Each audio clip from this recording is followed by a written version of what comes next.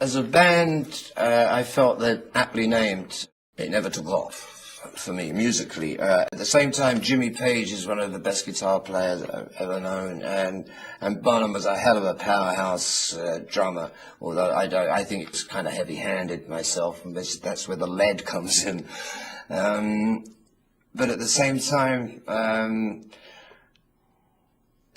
Plant was exuberant. Robert's exuberant enough to be an LV, although I think he's very much in that English mode of LV, like Roger Daltrey, with the fringes and the blah blah, and the microphone, and Rod Stewart's, and even Mick Jagger's comes back.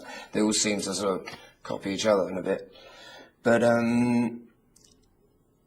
I say, no, to me, Led Zeppelin is Jimmy Page. You want to cut the story short, Jimmy, shy boy. Oh, there's a rumour, Julian, that you've been dating Stop at the Stones. Yeah.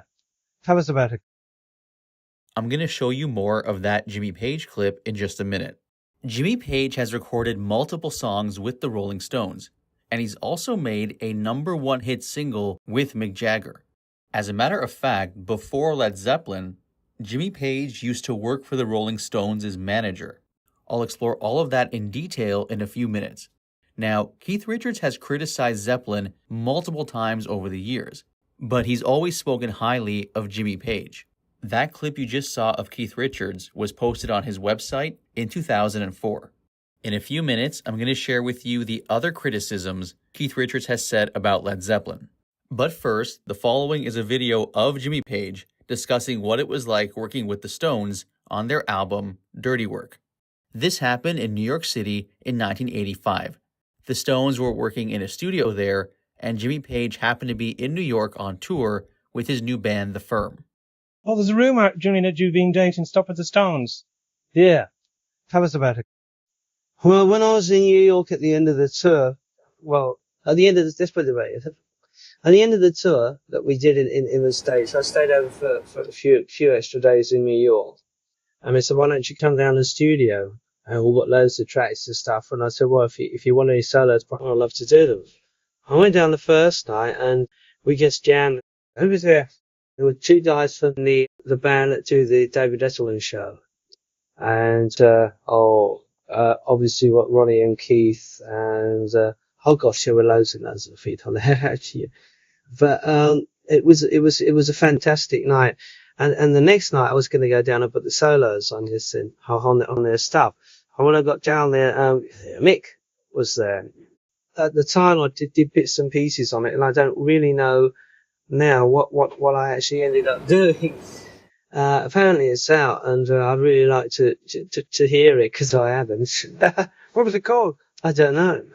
It wasn't called I don't know, but I just don't know. I see, and you just did that one track. Yeah.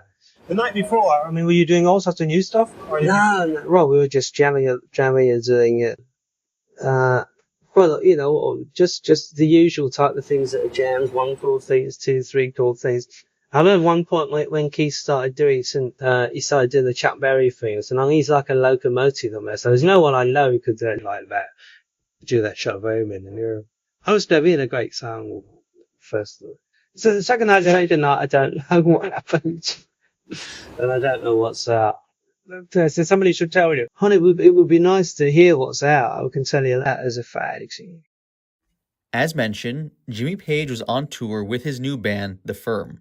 They were together from 1984 to 86 and released 2 albums. I've interviewed Stuart Epps, the studio engineer behind their self-titled debut album, and he's also worked with Led Zeppelin. I'll show you that interview, where he talks about Jimmy Page and much more a bit later. Now, as discussed, Keith Richards repeatedly criticized Zeppelin over the years, while simultaneously praising Jimmy Page. The first time he did this was in 1969, when Keith said the following about Zeppelin to Rolling Stone magazine. I played their album quite a few times when I first got it, but then the guy's voice started to get on my nerves. I don't know why, maybe he's a little too acrobatic, but Jimmy Page is a great guitar player, and a very respected one. End quote. That interview was published by Rolling Stone magazine on November 15, 1969. Just 3 weeks earlier, on October 22nd, Led Zeppelin released their second album, Zeppelin II. Given the timing of the Rolling Stone article, It'd be logical to think that Zeppelin II is the record Keith Richards is referring to, not Zeppelin I, though there are conflicting opinions about this. Zeppelin I was released on January 12, 1969, in the US and Canada. Notably, despite the fact Zeppelin was a British band, their album wasn't released in Britain until 2.5 months later on March 31st. In any case, did Keith Richards' opinion about Zeppelin change over the years? Well, apparently not, because in 2015, he said the following about Zeppelin, once again to Rolling Stone magazine. I love Jimmy Page, but as a band, no. With John Bonham thundering down the highway in an uncontrolled 18-wheeler, he had cornered the market there. Jimmy is a brilliant player, but I always felt there was something a little hollow about it, End quote. In that same interview, he also said, so many bands are manufactured. I mean, even Zeppelin was manufactured by Peter Grant. End quote. Peter Grant, of course, was Led Zeppelin's legendary manager, but to claim Zeppelin was manufactured by Peter Grant is not accurate. Yes, he played an important role in assembling Zeppelin, but Jimmy Page is the mastermind behind Zeppelin's creation. Jimmy and Peter Grant had started working together back in 1966, when Jimmy was the lead guitarist for the Yardbirds, and Peter Grant was their manager. When the Yardbirds disbanded in 1968, Jimmy Page and Peter Grant maintained that relationship, while Jimmy assembled a new band, the future Led Zeppelin. The one band member Peter Grant played the biggest role in getting to join Zeppelin was John Bonham. Bonham initially didn't want to join the band, but largely thanks to Peter Grant not taking no for an answer, Bonham eventually agreed to a rehearsal, and the rest is history. Now, in response to Keith Richards' comments, Jimmy Page said the following to Classic Rock magazine in 2015. Quote, Keith can say what he wants. He's Keith Richards. I think he's done some amazing work. I respect his playing, but I'm not sure what he means by calling Led Zeppelin hollow. I think he's got his tongue in his cheek. What Zeppelin did was really cool. End quote. Jimmy Page and Keith Richards knew each other years before Led Zeppelin.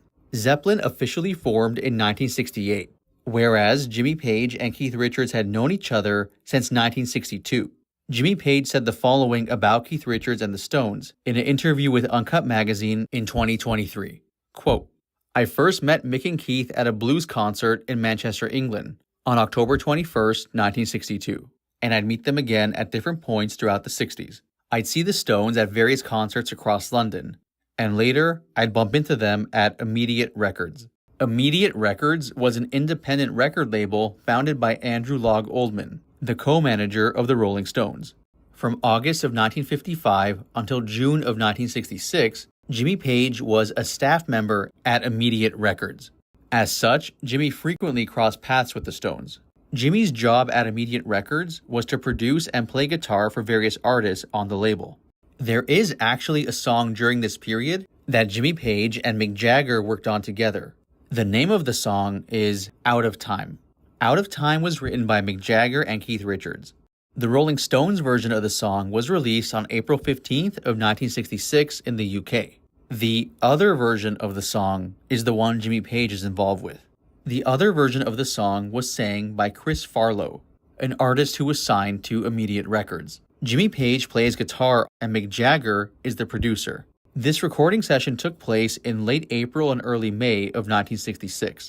The song was released on June 17th, and by July 28th, it was the #1 song on the UK singles chart. Therefore, Jimmy Page and Mick Jagger made a #1 song together. 8 years later, in 1974, Mick and Jimmy would work together again on another song. One night in October of 1974, Led Zeppelin was wrapping up a recording session for their next album, Physical Graffiti. Just as Zeppelin was getting ready to leave the studio for the night, the Stones walked in. This happened at either Olympic Studios or Island Studios in London, both of which were frequented by the Stones and Zeppelin. In any case, as the story goes, Keith Richards invited Jimmy Page to stay and hang out with the Stones. There's also another retelling of this story in which Jimmy Page is the one asking if he could stay. In any case, he did stay. Thus, the Stones and Jimmy Page stayed up all night writing and recording a new song. Well, at least that's the way Keith Richards remembers it.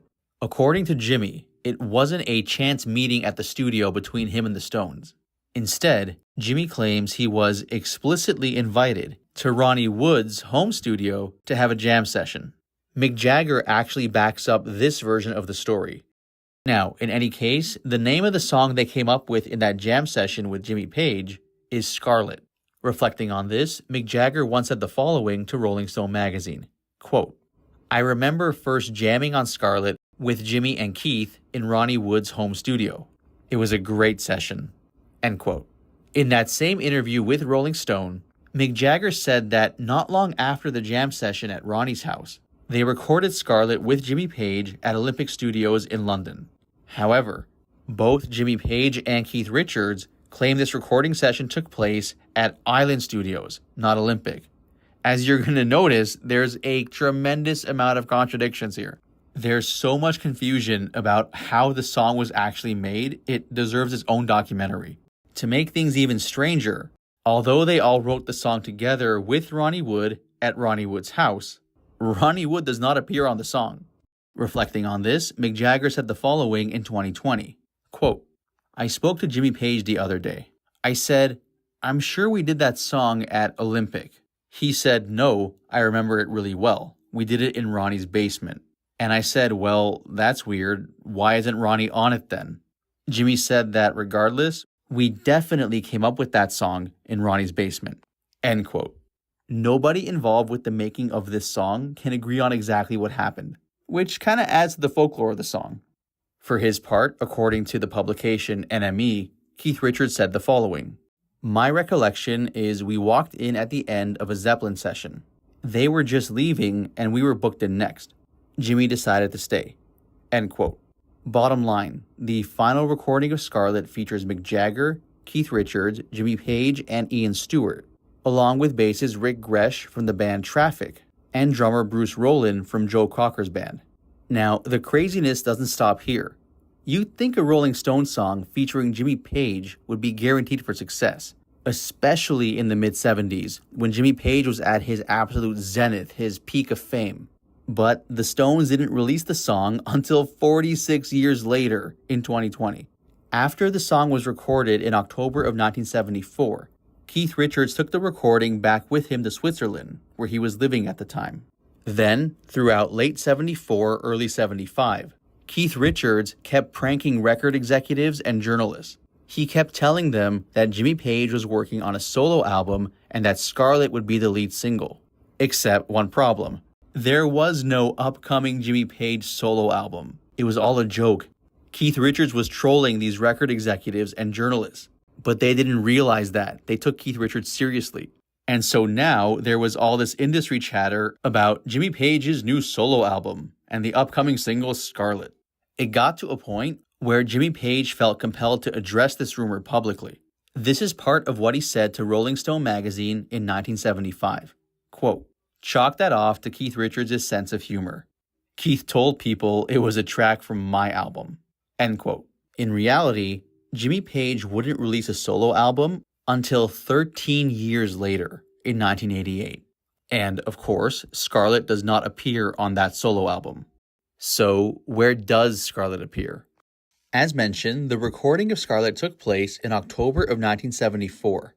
The Stones wouldn't release their next studio album, Black and Blue, until April of 76. Scarlet was not included on that album, and by that point, the band literally forgot they even made Scarlet, until they rediscovered it in 2020. Scarlet was finally released on July 22nd, 2020, as a digital single, and it also appears on a Rolling Stones box set which was released on September 4th of 2020. Mick Jagger explained that the original 1974 recording of Scarlet was always meant to be a demo, not a final product. The version which was released in 2020 is for the most part the same as the 74 demo. In April of 2020, Mick Jagger added some percussion and cleaned up a few vocal sections. The song was then mixed with modern technology. But even with these additions, the bulk of the song was kept exactly as it was recorded in 1974. Reflecting on Scarlet and his relationship with Keith Richards in general, Jimmy Page said the following to Uncut magazine in 2023. Quote, "In 1974, Ronnie Wood invited me to his home studio. He said, 'Do you want to come round? I think Keith wants to do something.'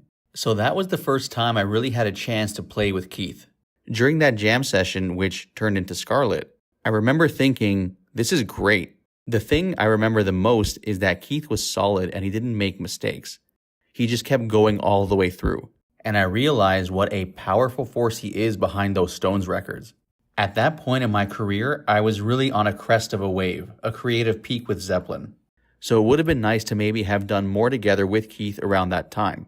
The way I played guitar with Keith was similar to me and Jeff Beck, where we just sort of lock in, because there's this automatic sort of respect for each other. The next time I got a chance to play with Keith was in New York in 1985.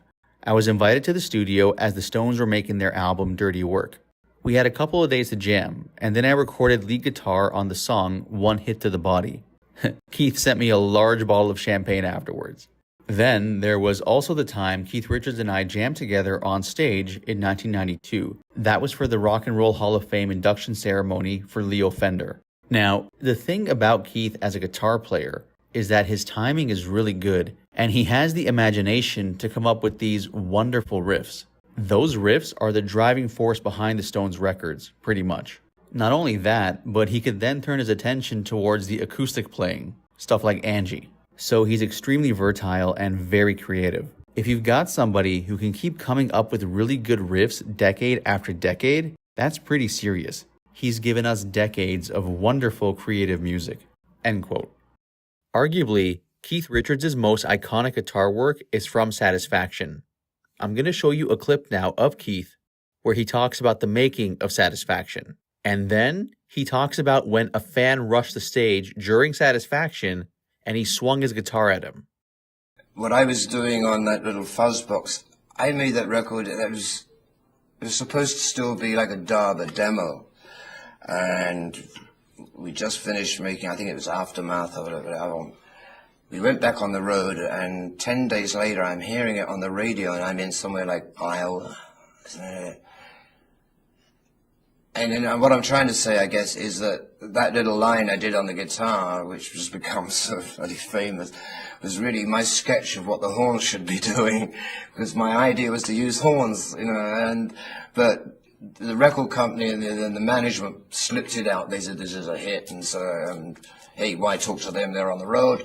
So, and I can't argue with that. The only way to keep a song alive is never play it the same way twice, quite. Yeah, and you rely upon that slight edge of not knowing and relying upon instincts and feel to get you through. And sometimes, you find, well, I wish I'd have done that on the record.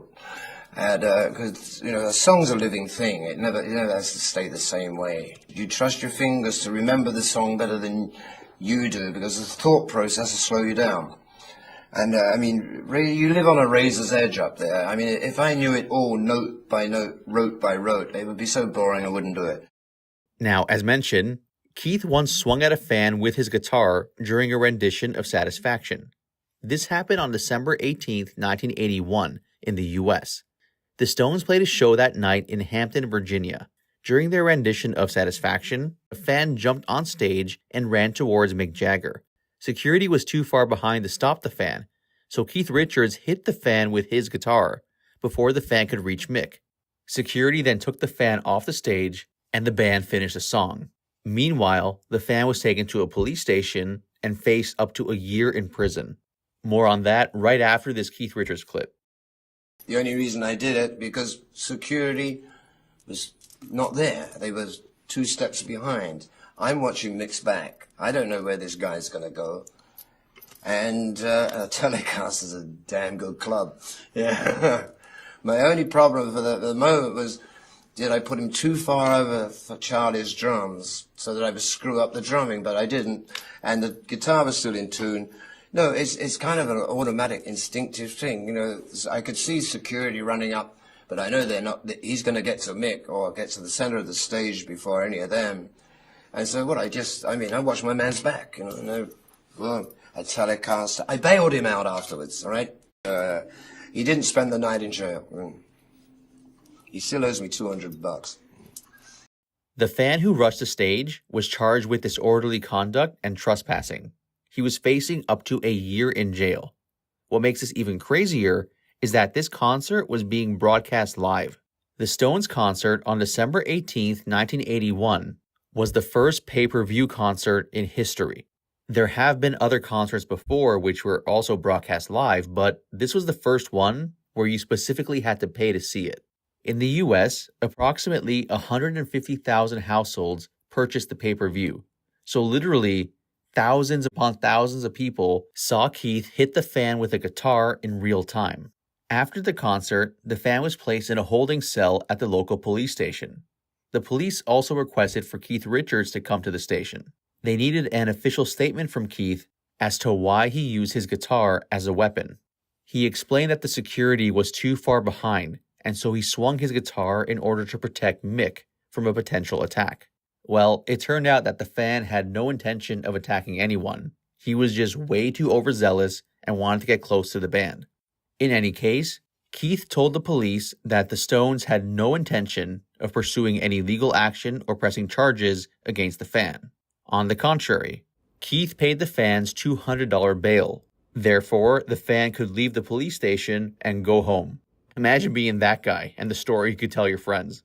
To this day, aside from probably his friends and family, no one knows who that fan was. Regardless, this is far from the craziest Keith Richards story. Arguably, the craziest thing that happened to Keith Richards took place in another country, Canada. This story involves Keith Richards, drugs, and Margaret Trudeau. Margaret Trudeau is Canada's former First Lady, the wife of former Prime Minister Pierre Trudeau, and the mother of former Prime Minister Justin Trudeau. I'm going to share that full story with you now, and then in 20 minutes, to bring this full circle back to Zeppelin, I'm going to share with you a few Led Zeppelin interviews. But first, here's the Keith Richards story. Margaret Trudeau was implicated in an alleged affair with Mick Jagger. As recently as July of 2024, Mick Jagger alluded to the long-standing rumor that he did in fact sleep with Margaret Trudeau in 1977. Now, according to Stones guitarist Ronnie Wood, apparently he slept with Margaret Trudeau, something Keith Richards seems to confirm. I'll share that quote from Keith Richards later. The year after all this allegedly happened, in 1978, there was a heavily publicized trial involving Keith Richards in Toronto, Canada, which unintentionally put a big spotlight on Margaret Trudeau's alleged affair with Mick Jagger. Here's the full backstory. In February of 1977, Margaret Trudeau was spending time with the Rolling Stones at the Harbour Castle Hotel in Toronto, Canada. According to Keith Richards, she had, quote, moved into the hotel as a Rolling Stones appendage, end quote. At the time, her husband, Pierre Trudeau, was the Prime Minister of Canada. Rumors started circulating that Margaret Trudeau was having an affair with Mick Jagger at the hotel. What turned this whole situation into an even bigger tabloid frenzy is that Keith Richards was arrested for heroin at that hotel. As mentioned, the following year in 1978, Keith Richards was put on trial in Toronto for charges relating to the heroin arrest. One of the charges he was facing was trafficking, which, according to Keith Richards, was a baseless, politically motivated charge against him. I'm going to share with you a quote now from Keith Richards where he discusses all of this. A quick note, when Keith Richards refers to the Mounties, he's referring to the Royal Canadian Mounted Police, Canada's National Police Service. This quote is from Keith Richards' biography, Life.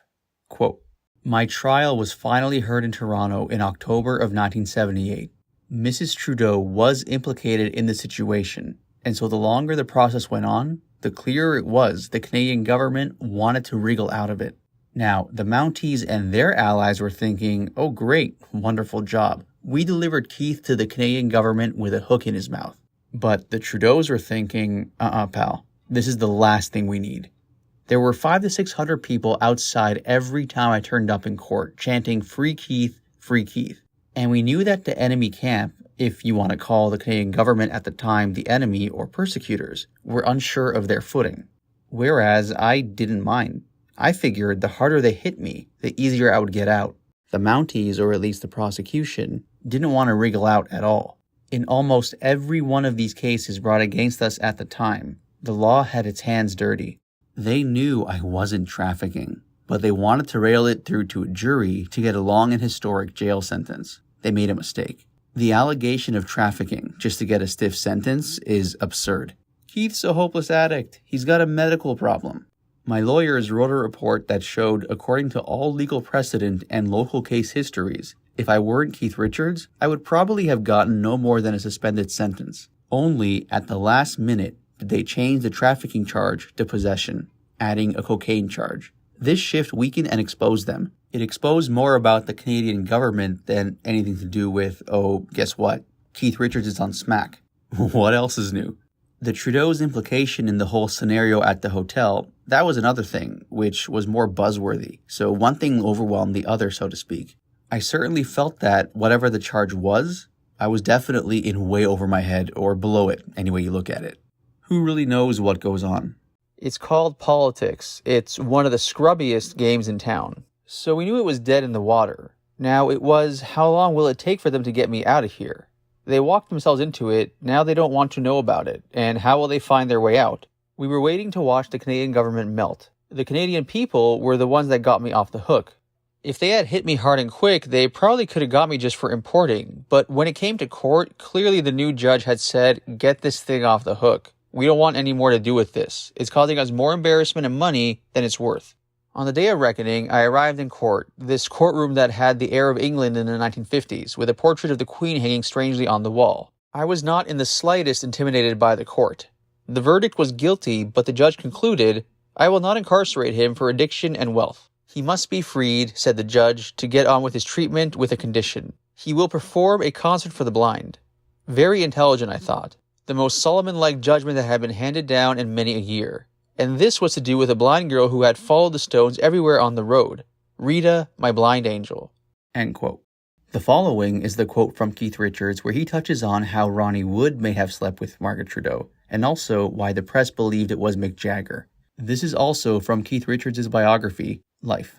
Quote, the situation was further complicated by Margaret Trudeau, the wife of Prime Minister Pierre Trudeau, moving into the hotel as a Stones appendage, offering a double big tabloid story. The Prime Minister's young wife with the Stones and you throw in drugs, you're looking at a 3-month run. In the end, it may have played in my favor, but at the time, it was the worst combination of circumstances. Margaret Trudeau was 22, and Trudeau was 51. When they got married, it was a bit like Sinatra and Mia Farrow, the power and the flower child.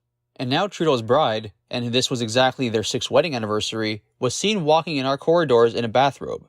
So then the story was that she had left him.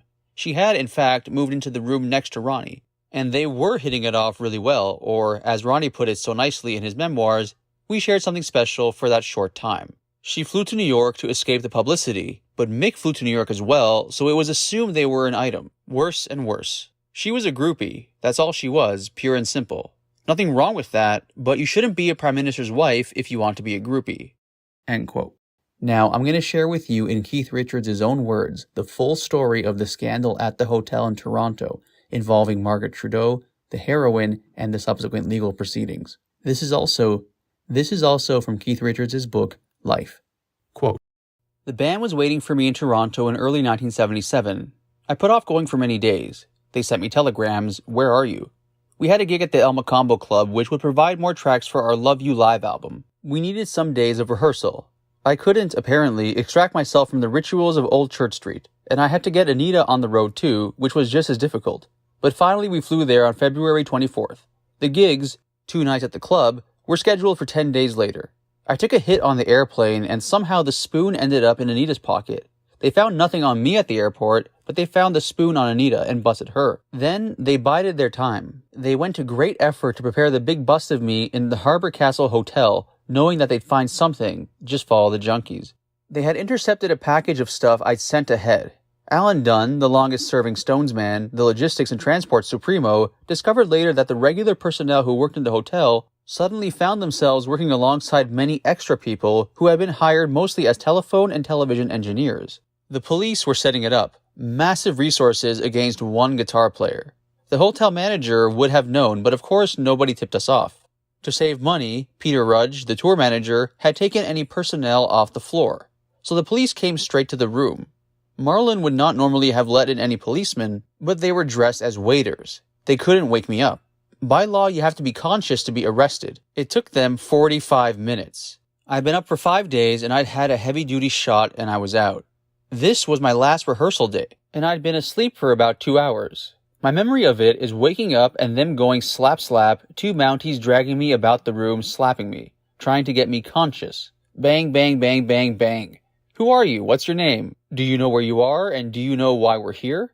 My name's Keith Richards, and I'm in the Harbor Hotel. What you're doing here, I have no idea. Meanwhile, they found my stash. And it was about an ounce. Quite a lot. No more than a man needs. I mean, it wouldn't feed the city, but obviously they knew their stuff, like I knew mine, and it was clearly not the Canadian smack. It had come from England, and I'd put it in the flight case. So they arrest me, take me to this Mountie police station, and it's really not my time of day. They put me through the books and everything, and because of the amount they found, they decided to charge me with trafficking, which is an automatic jail sentence for a very long time in Canada. I said, okay, fine. Give me a gram back. Oh, we can't do that. I said, so what are you going to do now? You know I need it and that I'm going to have to get it. What are you going to do? Follow me and bust me again? Is that your game? How are you going to play this? Give me some back till I figure this out. Oh, no. And that was when Bill Wyman came through. Bill was the first one to come around and say, is there anything I can do? And I said, quite honestly, I'm out of it and I need some. And of course, that's not Bill's area, but he said, I'll see what I can do. And he found somebody. We'd been working at the El Macombo Club, so we had a local connection. Bill came through and got some stuff to get me off the hook over the hill. And that was a big risk for Bill, considering the attention I was getting. That was the closest emotional thing I can remember with Bill. The Mounties never did try to bust me again. I was quoted as saying, what is on trial is the same thing that's always been on trial. Dear old them and us. I find this is all a bit weary. I've done my stint in the dock. Why don't they pick on the Sex Pistols? End quote. Yet again, someone was very seriously after me.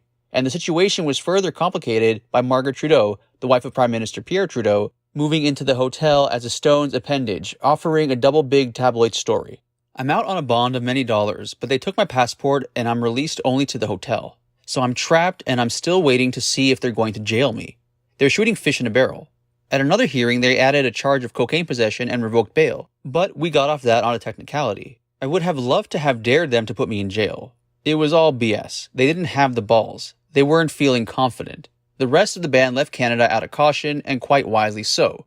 I was the first one to say, get out of here. They're only going to involve you. Let me take the heat. It's my heat. It was quite likely that jail time was on the cards. I was facing a probable 2 years, according to my lawyers. It was Stu who suggested that I should use the waiting time to put down some tracks of my own, put something down to remember the man by. He hired a studio, a beautiful piano, and a microphone. The rest has been doing the circuit for a while. KR's Toronto bootleg. We just did all the country songs, nothing different from what I'd do any other night, but there was a certain poignancy about it because at the moment, things looked a bit grim. I played the George Jones, Hoagie Carmichael, Fats Domino songs I played with Graham. Merrill Haggard's Sing Me Back Home is pretty poignant anyways. The warden is taking the prisoner down the hall to his execution. Once again, it was Bill Carter who came to my rescue. Carter's problem was that in 1975, he had assured the visa-issuing authorities that there was no problem with drugs. Now I'm busted in Toronto for drug trafficking. Ex-Secret Service agent and security specialist Bill Carter had flown straight to Washington. Not to visit his friends in the State Department or Immigration, who had told him I would never be allowed into America again. Rather, to the White House. First, he had assured the Canadian court when he posted my bond that I had a medical problem and that I needed to be cured of my heroin addiction. He made the same case to his contacts in the White House where Jimmy Carter was president, using all the political muscle he could work, talking to one counsel there who was Carter's drug policy man, fortunately charged, at the time, with finding solutions more effective than punishment. He told them that his client had fallen off the wagon, had a medical problem, and Bill was asking their mercy to grant me a special visa to come to the US. Why the United States? Well, there was only one woman who could cure me, and she was called Meg Patterson, and she did a black box cure with electric vibrations. She was in Hong Kong and needed a sponsored doctor in the United States. These were the lengths Bill Carter went to, and it worked. Miraculously, his White House contacts instructed immigration to grant me a visa, and he got permission from the Canadian court for me to fly to the US. We were allowed to rent a house in Philadelphia, where Meg Patterson would treat me every day for 3 weeks. From there, after her prescribed cure, we moved to Cherry Hill, New Jersey. I was not allowed to move outside a 25-mile radius from Philadelphia, which included Cherry Hill. A deal worked out between the doctors and lawyers and the immigration department. Although I was getting clean under Meg Patterson's care, a cure imposed by the authorities lacked conviction in my heart. Meg's method was supposed to be the painless way out. Electrodes attached to your ear released endorphins, which theoretically canceled the pain. Meg also believed in alcohol, in my case Jack Daniels, which is a strong brew, as a substitute, a diversion, let's say. So I drank heartily under Meg's maternal guidance. I was quite interested in Patterson's method. It did certainly help, but it was still no fun. After it was finished, in a matter of 2 weeks or so, Immigration announced that they'd have to monitor me for another month. I'm clean, alright, and I'm getting antsy and restless, stuck in this nice suburb. I felt like I was in jail and I just got sick of it. Meg Patterson made her report to the State Department and Immigration that I was following the medical treatment, and to cut a long story short, I got reinstated. As far as Immigration was concerned, the slate was wiped clean. No offenses appeared on my record. Times were different then. There was more of a belief in rehabilitation than there is now. The visa, which was originally a medical visa, overrode everything. It was extended from 3 to 6 months, from single to multiple entries. There were waivers for touring and working on the grounds that I was confirmed to be clean and curing myself. As you clean up, you go up another level and another level until you get the full clean status, according to my understanding of it. And I've always been very grateful to the US government for allowing me to come to America to get the help to come off the stuff. So we sprung Marlin and moved out of New Jersey to a rented house in South Salem, New York called Frog Hollow, a classic colonial-style wooden house, although haunted, according to an increasingly haunted Anita, who saw the ghosts of Mohican Indians patrolling the hilltop. It was down the road from George C. Scott. He used to crash regularly into our white wooden fence, driving at 90 miles an hour. But that's where we ended up, near Mount Kisco in Westchester County. It was at this time that Jane Rose, who is now my manager, started unofficially looking after me. Jane was mostly working for Mick, but Mick had asked Jane to stay in Toronto and help me when everybody left. And she's still here, my secret weapon 30 years later. I have to say that during the bust in Toronto, in fact, all busts, Mick looked after me with great sweetness, never complaining. He ran things. He did the work and marshaled the forces that saved me. Mick looked after me like a brother. Jane described herself at this time as the meat in the sandwich, between Mick and me. She witnessed the first sign of a rift between us when I came out of the junk fog and the mental fog that accompanied it, and started to want to take care of business, at least musical business. Mick would come up to Cherry Hill and hear my selection of tracks for Love You Live, which we'd been working on all this time sporadically, and he'd go back and complain to Jane about them. Collaboration was giving way to struggle and disagreement. It's a 2-disc album, and the result is that one disc was Mick's and the other was mine. I started talking about things, about business, things we had to settle, which I imagine for Mick was unfamiliar, shocking.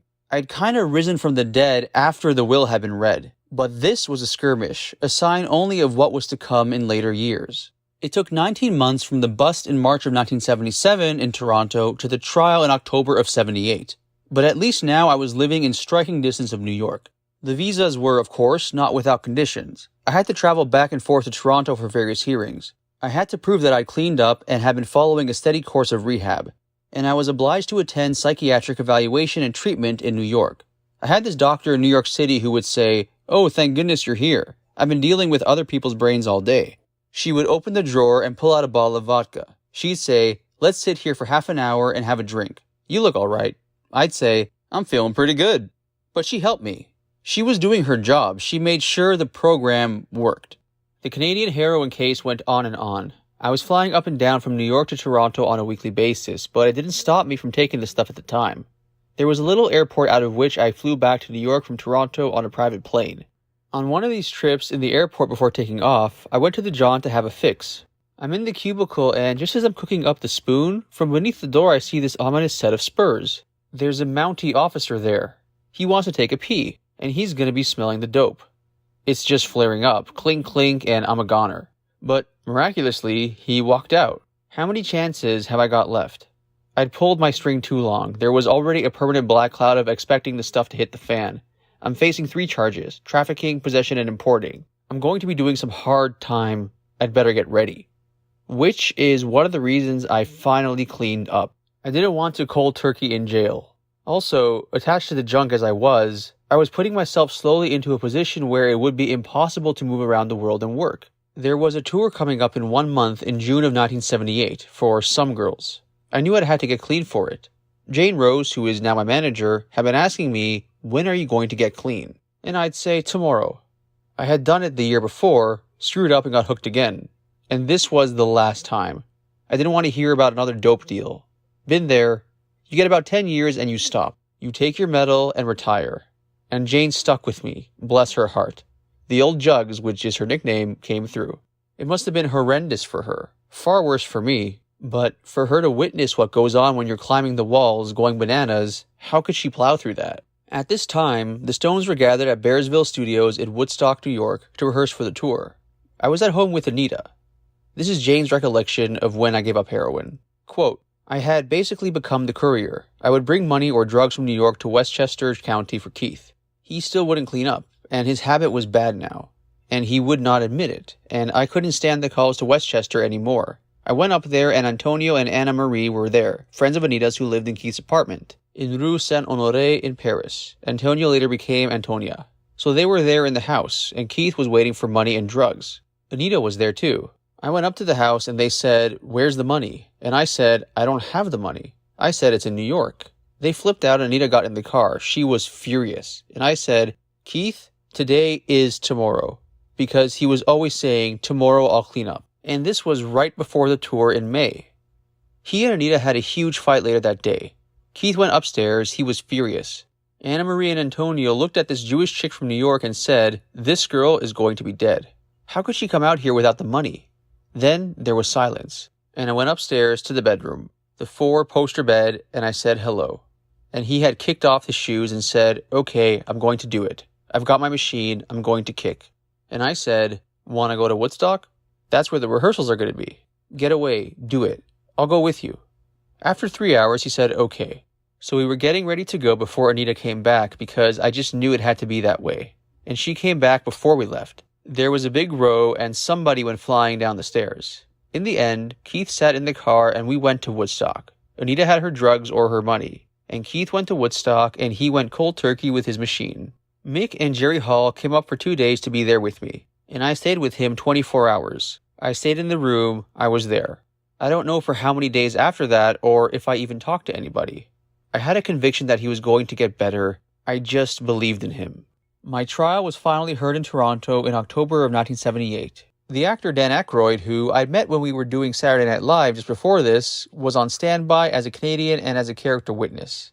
The producer of SNL, its Canadian founder, who still produces it, Lorne Michaels, spoke in court about my role as a slinger of hash in the Great Cultural Kitchen. He did a very elegant job of it. I was not in the slightest intimidated by the court. I knew by now that they had a real problem. I knew too from other moments like this that most of the governments of the world were out of touch with their subjects, and that's what I knew I could exploit. Sometimes you can smell defeat even with all of that artillery arranged against you, and this was one such occasion. The verdict was guilty, but the judge concluded, I will not incarcerate him for addiction and wealth. He must be freed, said the judge, to get on with his treatment with a condition. He will perform a concert for the blind. And this was to do with a blind girl who had followed the Stones everywhere on the road. Rita, my blind angel. Despite her blindness, she hitchhiked to our shows. The chick was absolutely fearless. I'd hear about her backstage, and the idea of her thumbing in the darkness was too much for me. I hooked her up with the truck drivers and made sure she got a safe lift and made sure she got fed. And when I was busted, she actually found her way to the judge's house and told him this story. And this is how he arrived at the concert for the blind. The love and devotion of people like Rita is something that still amazes me. So, a way was found. End quote. Now, to bring this video full circle back to Led Zeppelin, I'm going to show you the interviews I've done with Zeppelin studio engineers Terry Manning and Stuart Epps. Terry Manning worked on Zeppelin III. That's the album featuring Immigrant song, Since I've Been Loving You, Tangerine, and more. Terry was a very close friend of Jimmy Page. As a matter of fact, according to Terry, Jimmy Page once considered putting a band together with Terry. Tragically, Terry passed away after accidentally falling in his home on March 25, 2025. This interview was conducted 3 years earlier in the spring of 2022. Rest in peace, Terry. He was 77.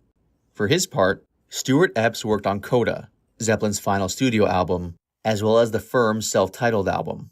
But first, here's Terry Manning on the making of Zeppelin III.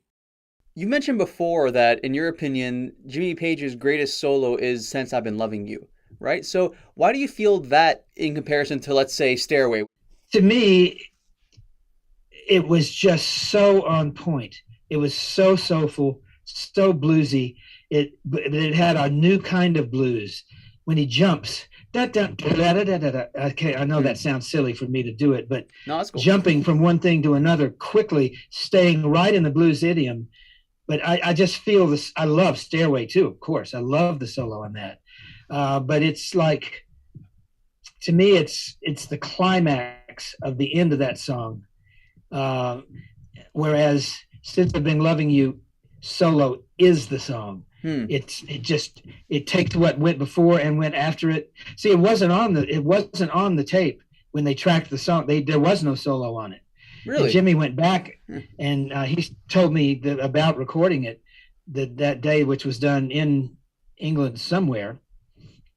And he said, I suddenly just realized, got to have a solo in this. Can't just have a blues riff going on. So he went to record a solo and didn't have an amp with him. Just took a guitar, and whatever band had been in that particular studio the day before had left their equipment. So there was some other brand amp he had never used, knew nothing about that amp. I don't know this amp, but it's here. I guess I'll use it. Said he plugged into it, didn't even change the settings on it. No way. And did one take. So that's one take. That's off the top of his head, one take. It's that anyone can do that is beyond human capability to me. That's so cool. He said dude. he did try one other take, but just said, no, I can't beat that. It's like stream of consciousness. Just wham, do it. And I just can't believe it every time I hear it. That is so cool, man. Specifically remember going down to the bathroom at one point while Since I've Been Loving You was playing. There's something in recording and production engineering that they call the hallway effect, which is if you step out of the room and you hear it coming out of the door into the hallway, you hear a very different thing than right in front of the speakers at loud volume and working on it analytically. So stepping down the hallway, I was about to get to the bathroom and I just turned around and I said, damn, listen to this thing. This is amazing. Yeah. That's when Since I've Been Loving You just struck me as great as every song is. That's the song that's going to be all-time classic, lasting forever, right there. And just the way Robert was wailing on it near the end and everything, I was really completely dumbfounded hearing it back like that after having worked on it quite a bit. Yeah. This might be a dangerous question, but would you think he's a better producer or guitar player? If I had to choose, if you're pointing a gun at me and I was about to be killed if I didn't answer, I might in such an instance say producer. And not because he's in any way not the greatest guitarist, but putting together an entire, not just album, but slew of albums that become iconic, beloved, long-lasting part of music history, whatever. To do that, it takes such a brain, such a mental capacity, that maybe that makes him a better producer on the Led Zeppelin things. I don't know if he'd do it if he went in to produce some other act, let's say. That's a different kind of production than being in the band and sort of melding everyone together into one Spock or something. Yeah. I would, not to take away in any way from the guitar playing, which is as up there as you can get. And I would give almost anything to be able to play like that, but I'm not going to. So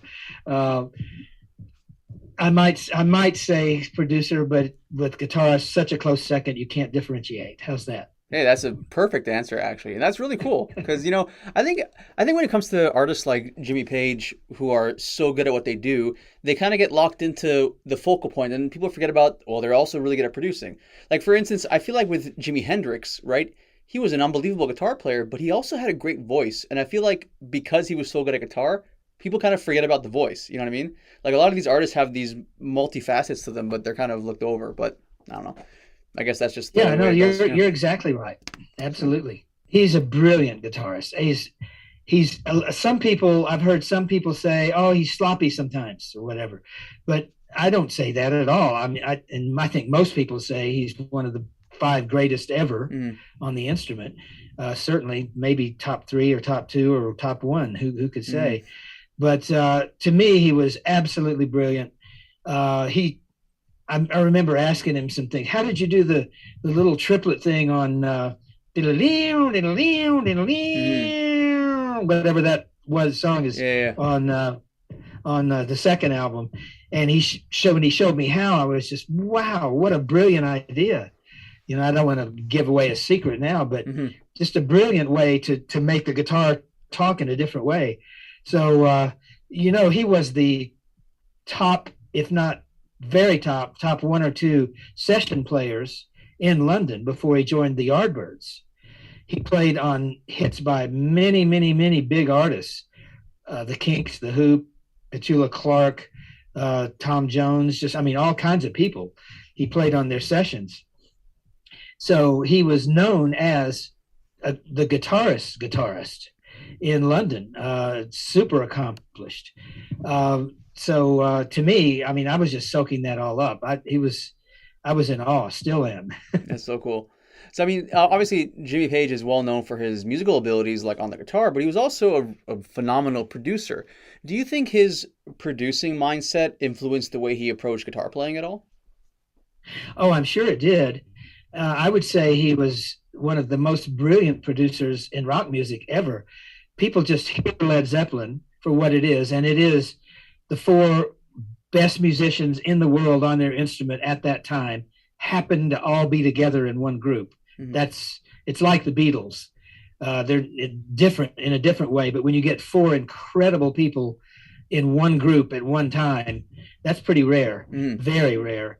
And so they were that group, and you hear the band and you just think, wow, Robert Plant's a great singer. Wow, John Paul Jones is super on bass and keyboards.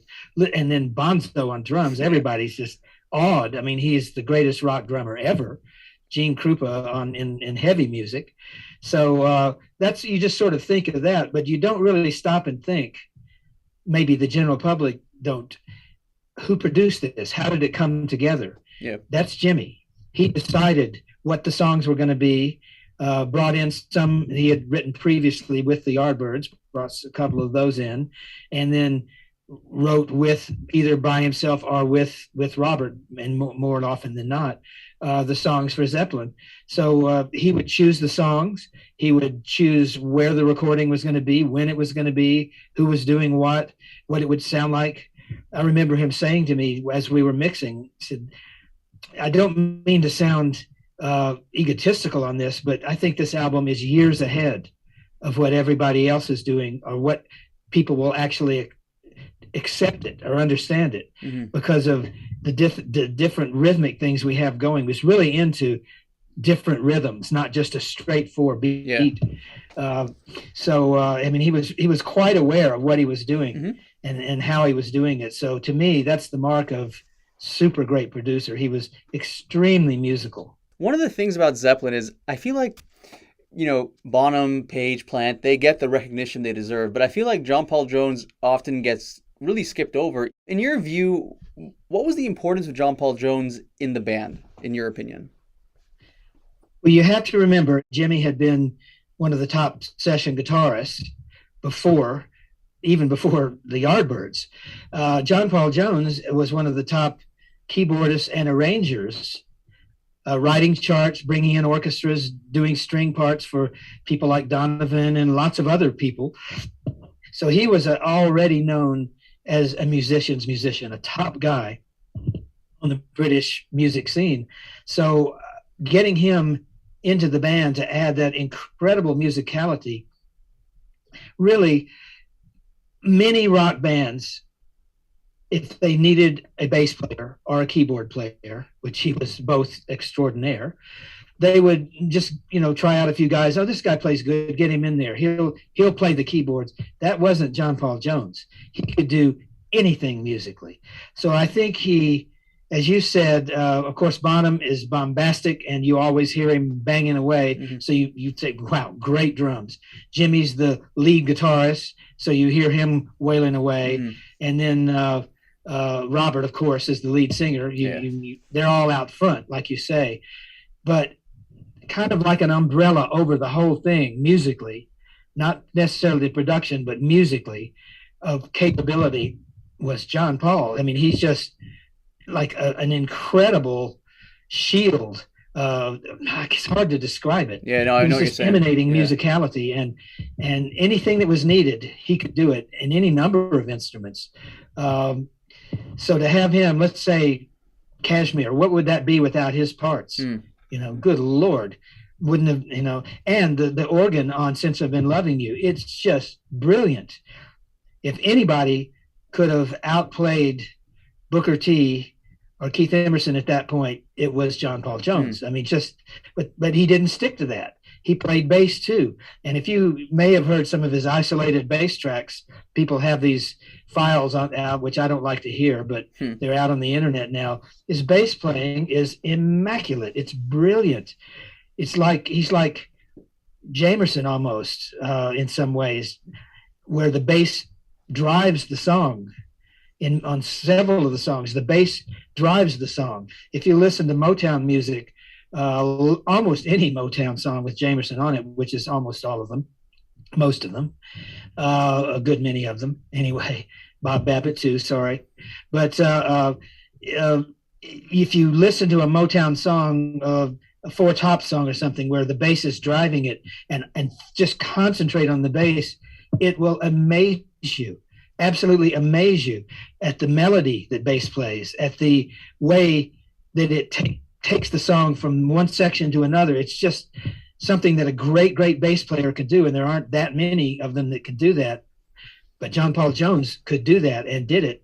It's a form of brilliance that's so rare, and that's why I like to say ad nauseum, perhaps, four greatest people in the world at what they did, all in one room, all playing in one band together. Astounding. If you had to, I mean, this might be a hard question, but if you had to pick one song that was very John Paul Jones heavy and say this is the best one, which would you pick? Oh, that's not fair. That's very tough. It is what it is. It's like, well, you've got four kids. Which one do you love the most? Oh. So. And sometimes you could make that answer, but certainly which one you love the least, you might. But I don't know. Geez, all of his where he does the string parts, whether it's Mellotron or whether it's synthesizer or just whatever. But how about this? Might sound crazy in a way, but how about the electric piano on Rock and Roll? My God, that's cool. Okay, I mean, most people wouldn't pick that maybe, but if you just again isolate and think of what the piano is doing on Rock and Roll, it's like Little Richard on steroids, but in this brilliant professorial way. No band has ever rhythmically done what they've done. There are all sorts of things where people do odd time signatures. We're going to do this in 7/4 or whatever. That's not what they're doing. They're many times in a standard key signature and doing so many syncopated things off of it that it's just amazing. The things Bonham could do relative to John Paul Jones, just insane. Anyway, I'll just go on forever. Bonzo actually said to me one time, he said, "What do you think of Gene Krupa?" I said, "Oh, I love Gene Krupa. He's my favorite drummer ever." And he said, "He's mine too. I'm trying to be Gene Krupa." And if you listen to what he does and look at his setup with the different toms and things, floor toms, that's basically what Krupa invented and came up with. So he would listen to Gene Krupa and really work on the syncopated things and not just the solos Krupa did, where he was maybe taking a long solo or battling a Buddy Rich with a solo against solo. I'm talking within the song. What Bonham does in every instance, he never loses the plot. He doesn't play the drums in Led Zeppelin. He plays the songs in Led Zeppelin. And that's a huge difference in drummers. I'd say more drummers than not try to play the drums. And that's fine, play the drums, good. But when you learn to play the song with the drums, that's what differentiates a super good drummer. And as I say, and never does Bonham let that go. He's always on the song. When you listen just to any syncopated beats he does, it's within the song. It's the meaning of the song that he does them. It's not just to be fancy or show off or be bombastic or be great. It's to be great within the band. and every one of them is great within the band, and he's certainly, and it fits that description. There's no other drummer. I think if you did a survey, not necessarily of all music, let's say, because there were, you know, the Buddy Rich and people like that who were so great at what they did. But if rock music, or especially if you said heavy rock music, who's the greatest drummer? I'd say you'd get over 85% answers of John Bonham, surely. I mean, there's some great drummers in other bands. Absolutely. I'm not putting any of them down. Do you remember when you first met John Bonham, or just like when you were first getting to know him in general? Like what was he like as a person to be around? I went to so many Zeppelin concerts and was always backstage and hanging out with the band and whatever, more with Jimmy than anybody, but everybody was there and you interact. He was always very nice. Now, he could be play a little practical jokes here and there, or he could be occasionally drinking maybe or whatever, which obviously ended up not being good for him. Yeah. But very nice guy. He was quite young at the time. I look back now and I can't believe how young these people were. I guess and how young I was. Just kids, really. Yeah. But he was a nice kid. How about that? Yeah, that's cool enough, man. That's cool. Robert Plant, you mentioned you did a couple of overdubs with him. Do you remember like how he approached recording vocals? If there was anything unique about the way he handled his craft? He's certainly extremely good at what he does and had a voice that nobody else had at that time or has ever had, really, for that high power thing. And his new things, the things he's done in recent years, brilliant voice still. He doesn't do the high super thing because that's harder to do as you get older, I guess. But his voice is just so brilliant, so beautiful. I just remember it as being, okay, a vocal overdub. Here we go. Yep, it's Robert Plant singing. Great. Got it on tape. Next. You know. That's crazy, really. What was he like to work with? Was he easy to get along with? Sweet guy, wonderful guy, no problems ever. Nobody in the band was any problem in my eyes ever.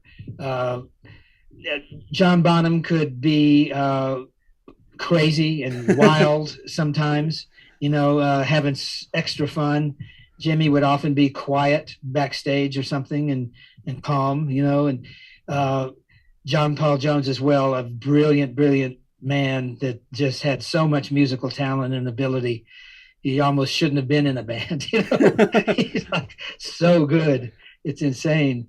But I never had any problems with anybody. Everybody was extremely nice, lovely people.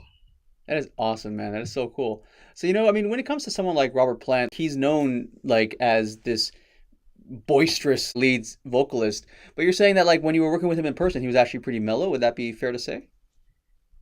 Yeah, same with Jimmy, really. When, you know, I've seen that with several other bands too. There's their own persona, what they are, and then there's a stage persona where they're not just musicians, they're actors as well. And I don't mean they're being fake. It's just you get on stage, you're fired up, the adrenaline's there. You want to, everybody has their own way of coming out and being effusive. And if you can't do that, you're not going to be very good on stage. You have to do that.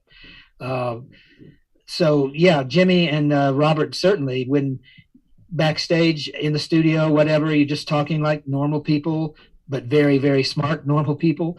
And then on stage, wham, the shirt opens up, Jimmy's firing it out, you know, smashing things around. That's just how it goes in rock music. And good. I think that's a great thing because that's what people love sometimes almost as much as the music. Is just the excitement that they bring to you. Yeah, for sure. I think part of live music in particular is that experience of witnessing something that's really cool, you know? So, I mean, what was the relationship like between the two? From your experience, what was the relationship like creatively between Jimmy and Robert? Always great. As far as I saw, they were, now I didn't see them writing the songs. That's where they would really interact in amazing ways and came up with such great songs, perfect for each other, I'd say in that regard. But just seeing them, again, backstage or in an office or in the studio or whatever, great friends, got along extremely well. I'm sure there were some things where people argued at some point in time. It's a band is like a marriage. There's always going to be ups and downs. There would have to be. I never saw the downs of people interacting with each other. So, in my opinion, everything was always perfect, but I'm sure it wasn't. Of course, there would have to be, hey, don't do that. I didn't like that, or whatever. I just never saw that. When it comes to Zeppelin's history, the first two records are very much like led by Jimmy in a lot of ways, but by the third record, that's when you start to see, the other guys start to kind of put their influence on it. In particular, Robert Plant Robert Plant's often regarded as having kind of like found himself with record number 3. In your opinion, is that accurate? And if so, why do you think he kind of found himself at that point? Yeah, I would say that's partly correct, at least, if not fully correct. I think because all of a sudden he could sing in other ways. He could really, the slow Tangerine and things, just so beautiful, so soft and lovely. Who would have thought that would come out of this heavy rock band that everybody was either wild about, or I remember a good friend of mine when the first two albums were out saying, I don't like that band. He always sounds like he's jumping off a cliff and screaming, Well, he didn't on this, did he? He was, he could just sing in any number of ways all of a sudden. And he had written more of the material, co-written with Jimmy, more of the material than on some of the previous material had been more Jimmy, let's say. There's various percentages of all that, of course, but just in general. So I think he just really kind of felt it as his way to express himself even more so. All of them really. John Paul brought in a little synthesizer, British synthesizer, to put over the thing between the two songs, Celebration Day and Friends, I think it was. Just everybody was just adding more of themselves to it. They were more cohesive as a band. They knew each other better. They had been together for a number of years now, kind of like a baseball team or a football team. You play 2 or 3 years together and you know what someone else is going to do before they do it, kind of thing. Yeah. So I think that was starting on 3 and came to its culmination on 4. Hey, I think that's a really good assessment, actually. So in terms of the different relationships between the guys in Zeppelin, obviously they were very close, not just on a creative level, but also on a personal one. If I may ask, did you ever talk to Jimmy Page about John Bonham's death? I think we had a conversation at one point after that, and he was just devastated, couldn't believe it and didn't know what he would do, if anything, with the band. And I think I do recall him saying it, that pretty much means the band's over because nobody's replaceable here in this band. And I agree, but I don't really, it was so long ago now, I don't really remember the exact words of a conversation, just the general gist of it. Yeah, no, for sure. If Bonham didn't die, do you think Zeppelin would have continued, and for how long, if you had to guess? That's a tough question. It would be totally a guess. I would think they would continue because you can always tour and make a lot of money that way and always put out another album as long as the 4 of them are there. But it also it's horrible, of course, and I would much prefer he had never died. But one thing that came out of it is that it gave Jimmy a chance to do some other things that he probably wouldn't have done otherwise. Certainly Robert did some other things, solo records and duet records and things that he's done over the years, brilliant things. They all did some great things separately. But yeah, it's hard to say. The best thing would have been if they had continued, of course. So you think that they should have continued without Bonham? Is that what your opinion was? I don't know. I don't think they should have continued without Bonham. To me, you can say, well, nobody's irreplaceable, but in that band, I've said it 5 times probably today, but every person in it was at the peak of what they did in the whole world, and they all did it together. So nobody else was as great at what each individual one did. So in my opinion, they shouldn't have continued. Well, they only did the O2 things and whatever. But yeah, I was actually going to ask you about that. Were you present for the O2 concert? No, I didn't go. I've never listened to it or seen it. I don't want to. Hey, that's fair enough. I respect that. Have you ever met Jason Bonham by any chance? No, I don't think so. If I did, he would have been a tiny baby. So, where were you when you heard of John Bonham's passing? I can't remember where I heard it. Probably on the radio. But yeah, it was a big shock. I mean, when you consider he died young, I mean, relatively young. Mm-hmm. It's always a shock when an artist dies. I wasn't right. They were up in Jimmy's place in Scotland, of course, on Loch Ness. I wasn't there and anything near any of them for a while at that point. So you don't see the day to day. You don't know if anybody's going downhill, getting ill, doing too much drinking or whatever they might be doing. You don't know that. So of course it's a big shock because it comes out of nowhere. I can't answer for Jimmy or any of the other people who might have seen things sliding downhill a bit. I don't know.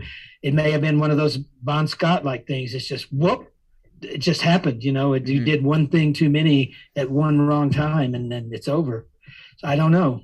But it was a horrible shock. I just couldn't believe it. Yeah.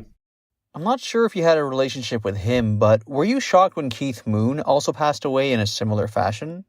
I think everybody saw that. I think people saw the Keith Moon thing happening much more so, though, because he was apparently really a wild man, really over the top with the drinking and other things. Mm-hmm. No, for sure. I mean, I guess a little bit different topic, but if you had to compare Keith Moon and John Bonham, you know, you've said that John Bonham is the greatest. Where would you put Keith Moon in comparison to him? To me, and this is only me, one person's opinion, Keith Moon was sometimes, I loved it. I loved the Who's records and things, but he could be kind of all over the place, but in a brilliant way. But Bonham was very studied, very on point, always on point. Keith Moon would shock you sometimes, like, why is that roll there? It's crazy, you know? Mm-hmm. And I loved it, but it was, what?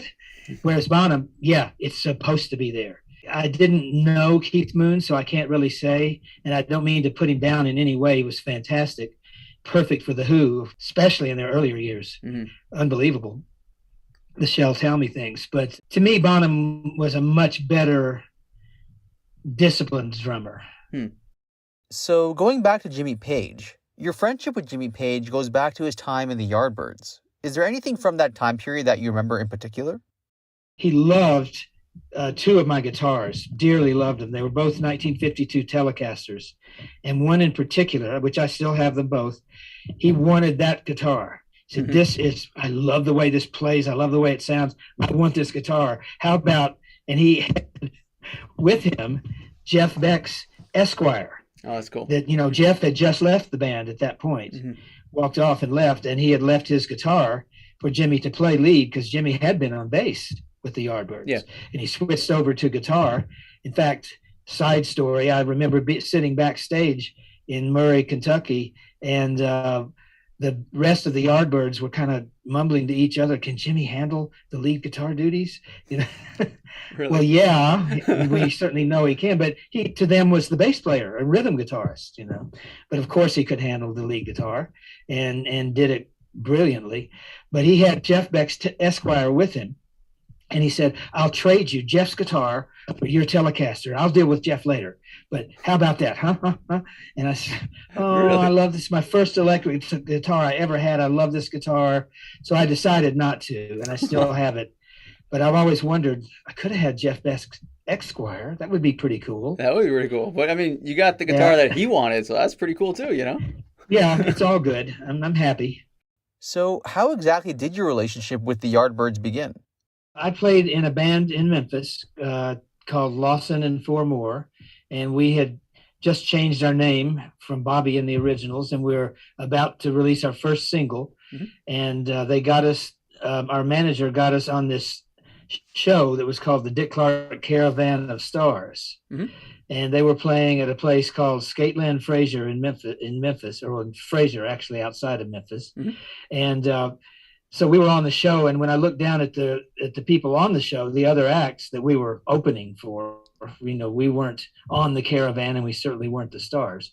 But I looked down and I saw Gary Lewis and the Playboys. Okay, yeah, and so, I think Bobby Hebb maybe was on it. Okay, the Yardbirds. Knowing that I was going to get to at least see the Yardbirds, maybe even meet them, I was really excited. Yeah, for sure. So we played the show, and I, of course, got right backstage and was chasing down all the Yardbirds and got to meet them. So then I found out they were coming back on another tour very shortly, and I decided, okay, I'm going to go to as many shows on that tour as I could, which ended up being 2 shows. And I would go backstage again, and I really hooked up with Jimmy Page at that point. This would have been 65, probably, something like that. And just talked to him. I told him that, I was working at Stax Records, which he loved that. I mean, he was just, believe it or not, he was wowed by that. Really? Maybe even more than me being wowed by the Yardbirds. That's hard to believe. But so we talked a lot about recording, and he loved the whole Memphis recording scene. Sun Records, of course, with Elvis and Jerry Lee Lewis and Johnny Cash and Roy Orbison and Carl Perkins. All the great acts that recorded were big favorites of the British guys and certainly of Jimmy. And then he loved also anything to do with Stax, Rufus Thomas, Booker T and the MGs, the things that we were recording at that time. So that the last show that they played that I saw was in Murray, Kentucky, at Murray State University, in the gym, and I talked Jimmy into riding back to Memphis with me instead of getting on the bus, so we could talk, because they were going to Memphis to fly out of there for the next shows. That was the closest airport city. So he said, yeah, let's ride back and we can talk more about Stax and Sun and Memphis music. Yeah, that's cool. And I said, yeah, I can talk more about Yardbirds and British music and whatever. Yeah. So we did, and we rode through the night, however long that is, 3 hours-ish, something like that. Got to Memphis at about 2 or 3 in the morning, and took him right over to Ardent Studios on National Street, which is also where I worked at the time. And that's where I had all my amps and guitars and all my equipment stored there. And of course, I drug all that out, and we sat through about 3 hours during the night and early morning playing guitars and just checking things out. So he got to see the studio, which was quite good. It was a very state-of-the-art studio at that time. And he got to see the equipment. We got to be really close talking about things, got along really well.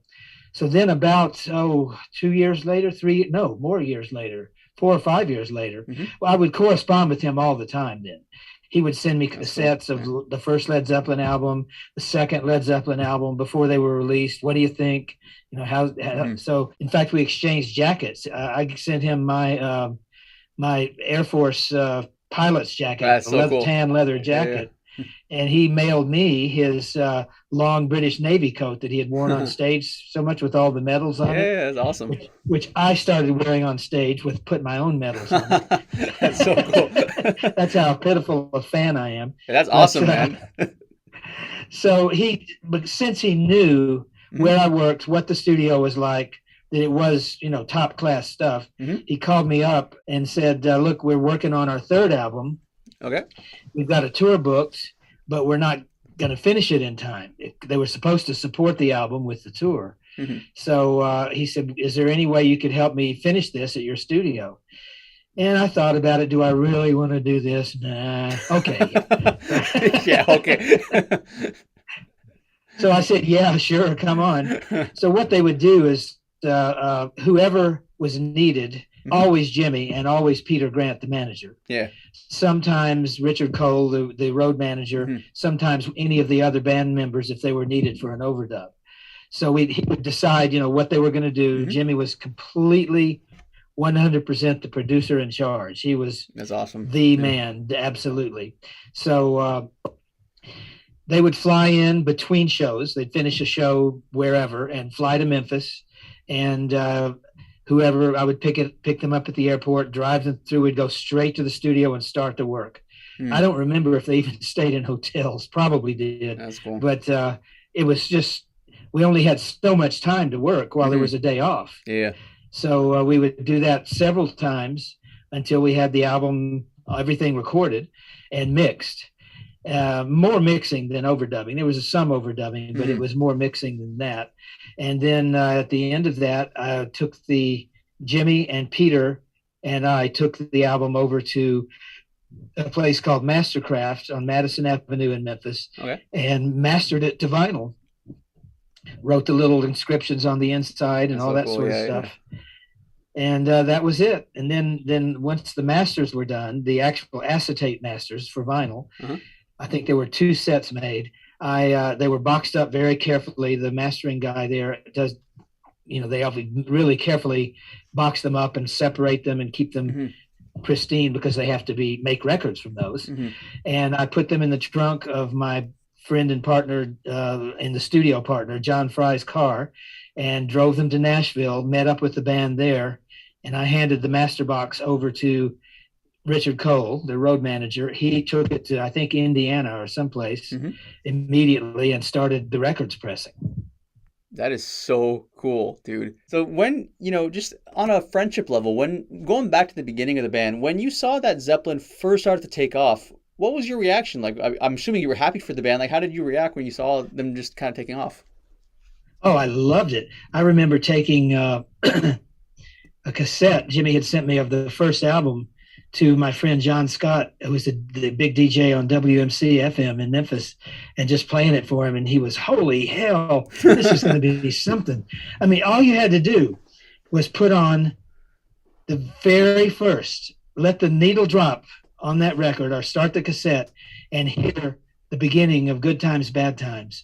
And it was just, what is this? It was an anthem. It spoke volumes immediately to everybody that loved rock and roll music. Wow, this is different. This is exciting. This is powerful. And then song after song, good Lord, it was amazing. So I was over the moon that my friend had come up with this. It was just stunning. That is so cool. So, seeing him over the course of, Zeppelin was what, from 68 to 1980? So yeah, for about 12 years. How did he, in your view, grow and develop as an artist over the course of the time with Zeppelin?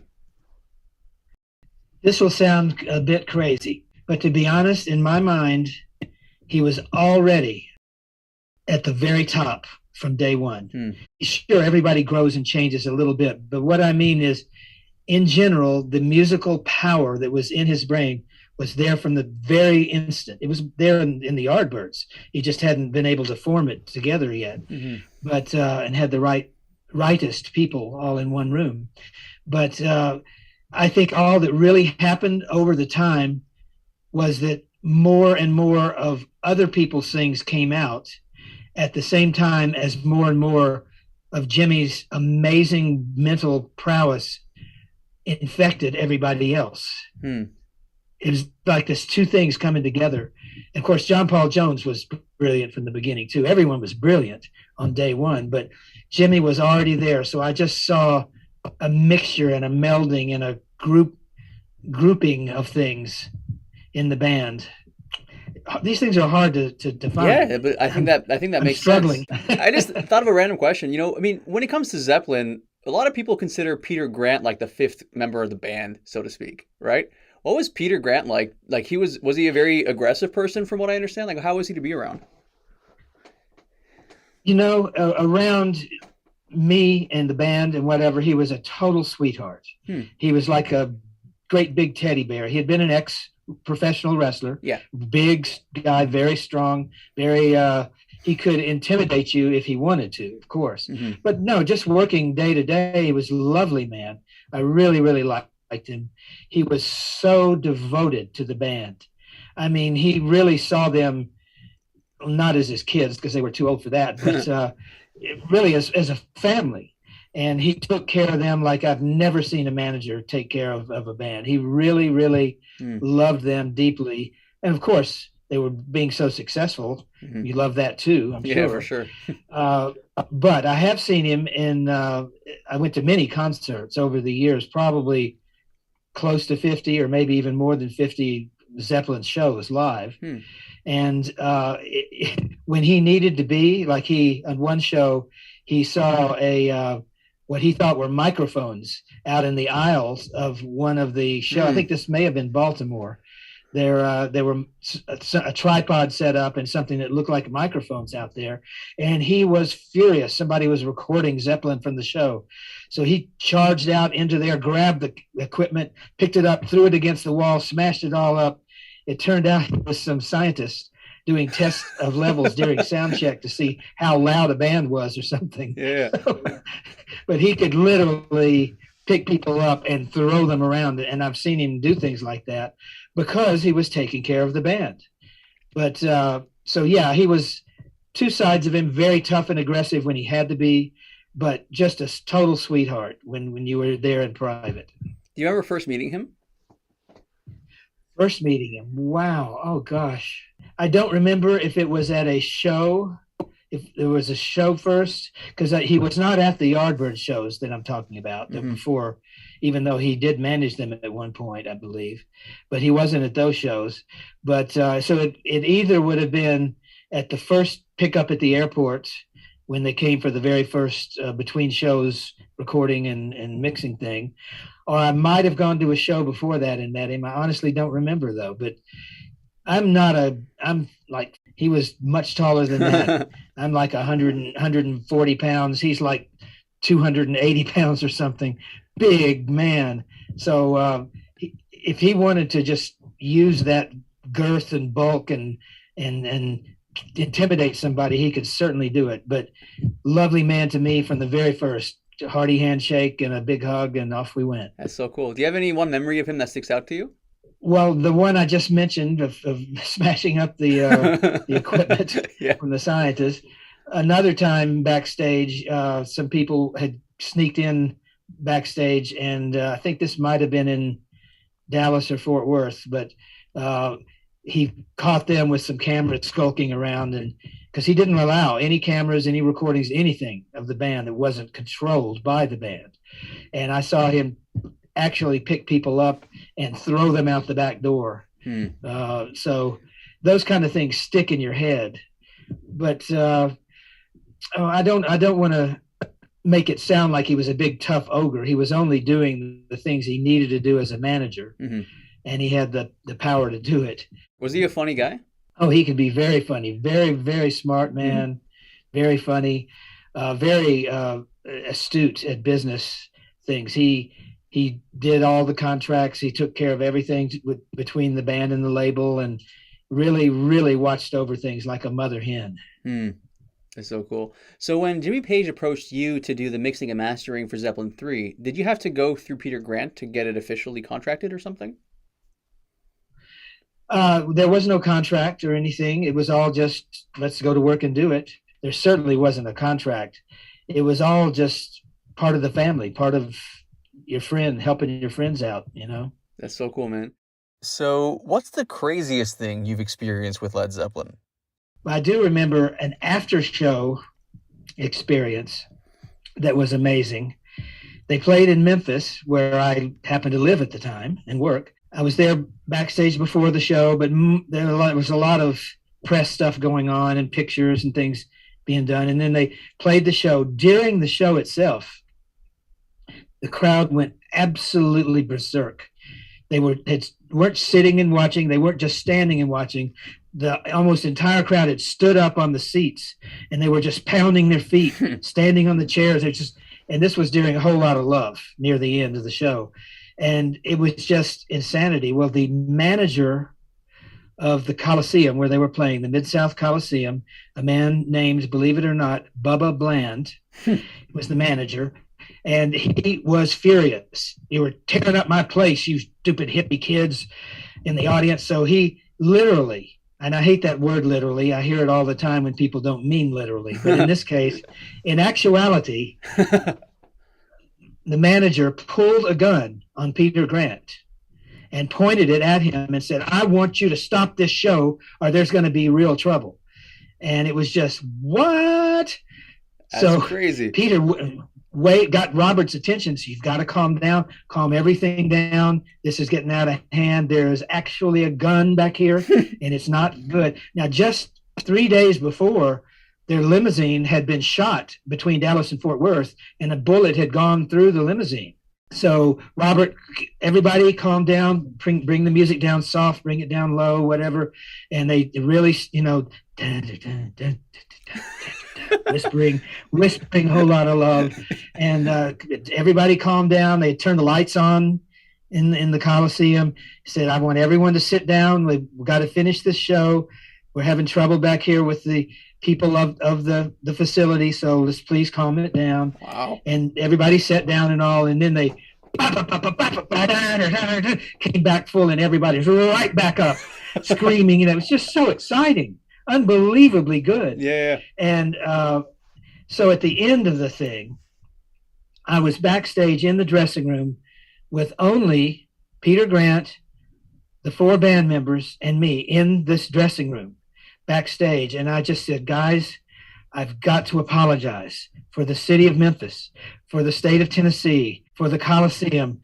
This wasn't what most people would do. This one man was just over the top. Please accept my apology for everything. They said, we're never playing here again. We're just furious.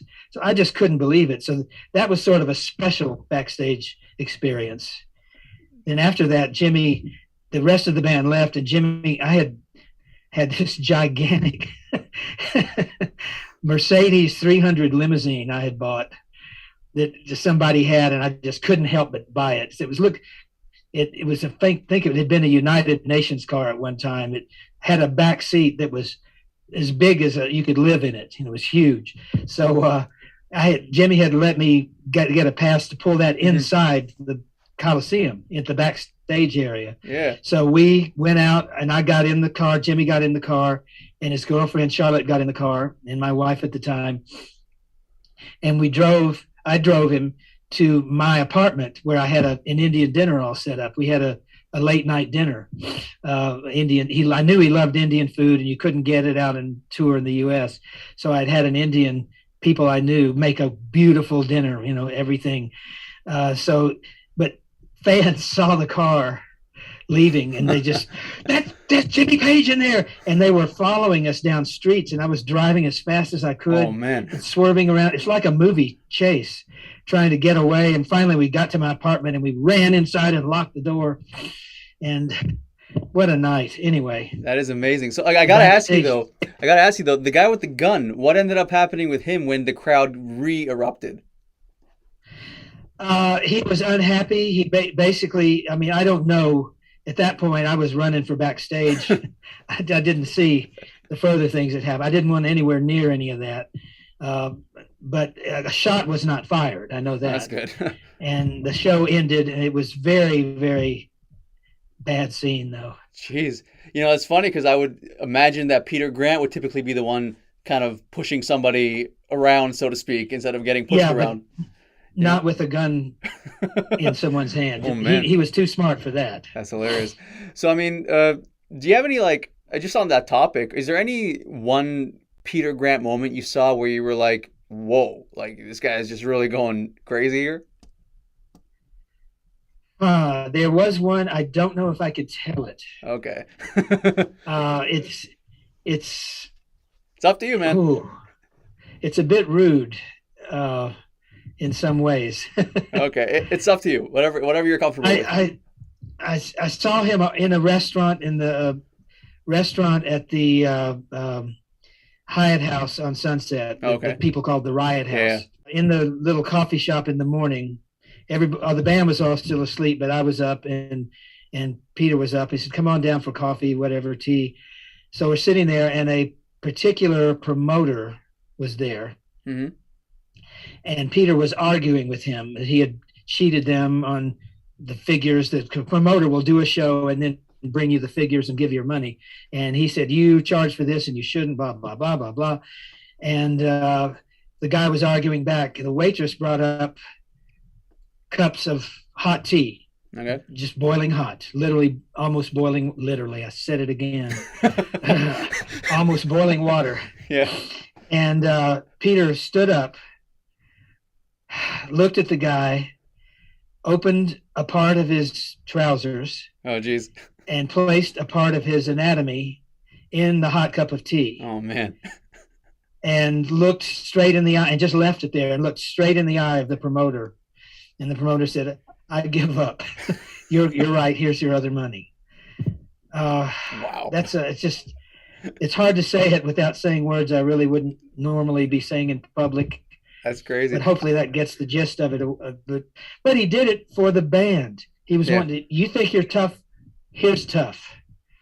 And that's pretty tough. Oh, I mean, yeah, I think that would qualify as tough, yeah, for sure. Yeah, So, when you were there just seeing this, how do you react in a situation like that? I just keep quiet, sit there and drink my tea.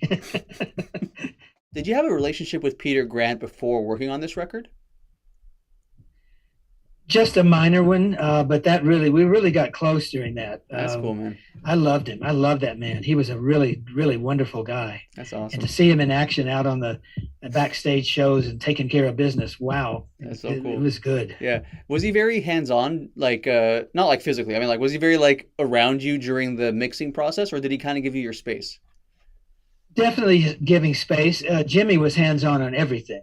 He was very much the producer in every capacity on this. He was really, really, I just was astounded by his musical brilliance and technical brilliance, always, every song. But Peter would sit back and, I mean, he wouldn't dare to contradict Jimmy in musically or anything. He knew Jimmy was the guy. That was the bread and butter for the band right there. He was the man. So yeah, he just would say, "That sounds great, guys. Keep going." That's awesome. Zeppelin was one of the things they're well known for is their experimental approach to a lot of recording and sounds and whatnot. When you were mixing the record, was there anything experimental that the band wanted you to do or that you yourself did when it came to putting it together? Well, I've mentioned the tape repeats and loops and echoes and things. I don't remember if I thought of certain things or Jimmy asked for certain things. It's too fuzzy to remember that now. But he was always looking for the next new thing, the special, because you had to really push technology then. There was only so much you could do. Mm-hmm. Today, everybody can do everything.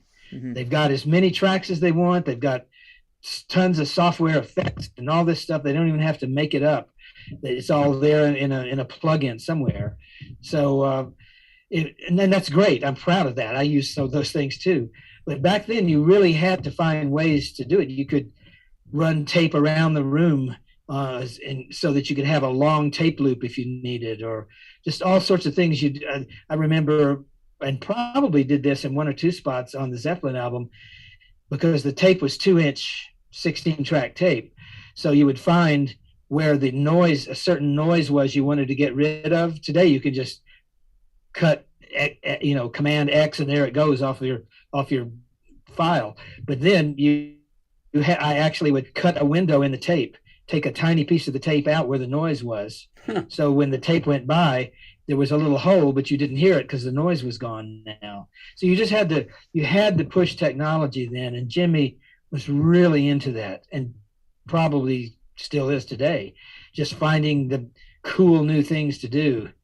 That's what a good producer does too, which he certainly was. Back on 16-track days, it didn't take quite as long as it might today. I would now spend, like, I just mixed for somebody, and I was 3 days per song mixing. Pretty good long days of mixing for somebody. But back then, I would say we might mix 2 songs a day. So a day being 10 hours ish. Mm-hmm. So 4 to 5 hours a song. It would vary depending on the song. Some would go quicker than others. One of the songs, we had done a lot of repeat effects and echoes and things. And I remember we thought at the time, we could go farther. And we did another mix with more of the effects on them. And then we heard it back and said, no, that's way over the top. People wouldn't accept that. No, that's just crazy. So we went back to the previous mix. Yeah. And I still have that other mix, the extra mix. It's another thing that was on that leftover piece of tape. That's so cool. And I listen to it now, and you can barely tell the difference in the other one. If I could play it for you, you would hear it and go, yeah, that's the same mix, isn't it? Yeah, cool. But the thing is, when you're mixing, your senses are turned up so high. You've got a microscope turned up and you're just zooming in, and every little thing is magnified as to what it might actually be. That's why the best producers can do the tiny things with a microscope and then take a step back and look at it with, let's say, a macroscope, anyway, the opposite of that. So they can see the big picture as well as every tiny detail. But at that point, we were so into the effects and the extras that it seemed super magnified, and it really wasn't. That's amazing. As I've mentioned before, I was a huge fan of Led Zeppelin and the Yardbirds and Jimmy, and everybody involved in the whole thing. I was just as big a fan as there could be of it. But when you're working on it, you've got to leave fanboy away. You can't do that. You're there to work. You're concentrating on whatever's right in front of you at that moment. And so you don't think of the songs or the project as a whole or the album or whatever you would call it as you were listening to it for enjoyment. You just don't do that. You're analytical. You're scrutinizing everything you do. You're trying to make the bass better, the bass drum better, whatever you're working on, you're just working on it.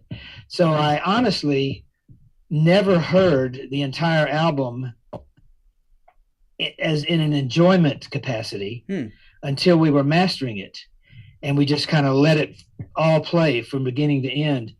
And I was quite blown away. We did that. Well, cool. They did that. I did a little bit, but of course they did that mostly. But it did knock me over hearing it back. And that's the first time I ever heard the power of each individual song, and especially the power of the album as a whole. Mm-hmm. People ask all the time, what was it like to work with Led Zeppelin? Yeah. And I do always say it, and it's absolutely true. It was another day at work, or another number of days at work. Because as I was saying earlier, you go in, you got to drop the fanboy thing, even if you are the big fan. You've got to be a professional. You've got to, for instance, I'm a photographer now, was then, do shows all over galleries, museums and stuff. Mm-hmm. And I was then too. Since the 60s, early to mid 60s, I've done that as much as music. But I didn't take a camera into the session and take a picture of us working or Jimmy in the studio or anything like that. Yeah. Duh. What is that? Well, the thing is, I didn't go to be a photographer. I didn't go to be a fan. I went to be an engineer. Mm-hmm. And that's what I did. Yeah. Hey, well, I mean, the professionalism comes through on the records. And honestly, sometimes when there's less documentation, it actually makes it more interesting because, you kind of have, there's a mystery. You know what I mean? Yep, so, absolutely. So, do you remember working on Since I've Been Loving You? I always remember Since I've Been Loving You because it's so amazing. Mm-hmm. It's one of the three things I hear about or get asked about or whatever the most over all the years is the song Since I've Been Loving You. Often people say, what about the drum pedal squeaks? And we knew they were there, but it was part of it. It's part of the music, We possibly could, today in Pro Tools, you could probably get them out pretty easily. But then we didn't have Pro Tools, of course. So we could have possibly found ways to get the squeaks out or minimize them. But again, Jimmy said, that's rock and roll. That's part of it. Mm-hmm. The pedal squeaked. The song is great. Let's go with it. So just loving that song, so deep, so bluesy. It reminded me of Memphis music in many ways, of the Memphis soul, R&B soul things, the deep blues from that area. And I do want to tell one story right now while I'm thinking of it. Okay. I always want to give Jimmy Page such a huge thanks and credit for one thing he did when he sent all of the credits in for that incredible album cover that was done for it, the spinning disc and all of that thing. He sent all the credits in and they printed it all. They left my credit off of the printed jacket for the albums. And they had printed literally hundreds of thousands of them ready to ship. And Jimmy got one and saw it and said, you've left off Terry's credit. I'm not having it. And he called up Atlantic Records himself with Peter Grant and said, destroy all those covers. I want it reprinted, and I want Terry Manning, Ardent Studios, Memphis, Tennessee, whatever, added on it as the credit. And it came out as the credit then. And I just can't believe he did that. That's such a massive statement. And I'll always, because that got me other work, of course, it's an advertisement in a way. So I just always like to say that and make sure if Jimmy's listening that he knows, thank you. That is amazing. Do you still maintain a relationship with him today? I haven't talked to him for quite a while now, on a few years, but yeah, I mean, I need to, he may say it, I don't know, but I say it several times a year. Oh, I should get in touch with Jimmy. That's so cool. But you're doing so many things. I get so busy constantly doing I've got several careers, certainly music and photography is as big a one. So there's never time to touch base. Was there any one song you enjoyed working on the most when you were mixing, mastering, or doing the overdubs? I love all the songs in that album so much. I'd say the two that always, well, there are three, I guess, that really stand out to me.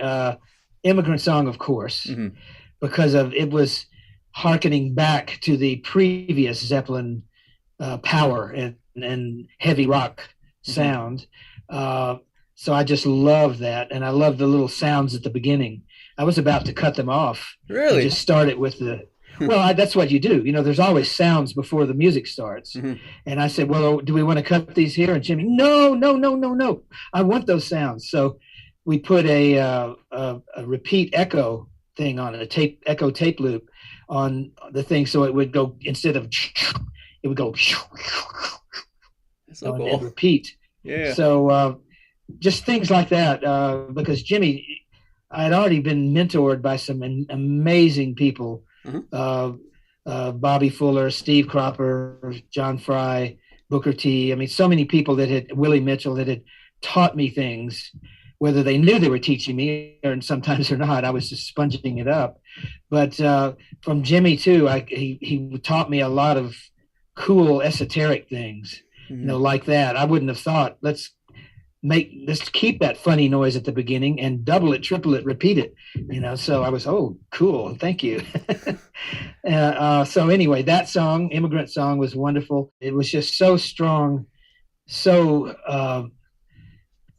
Zeppelin, because I think we got into that one first for mixing, and I was just, ooh, wow, this is Zeppelin. And then when the acoustic things came, of course, it's, wow, this is different.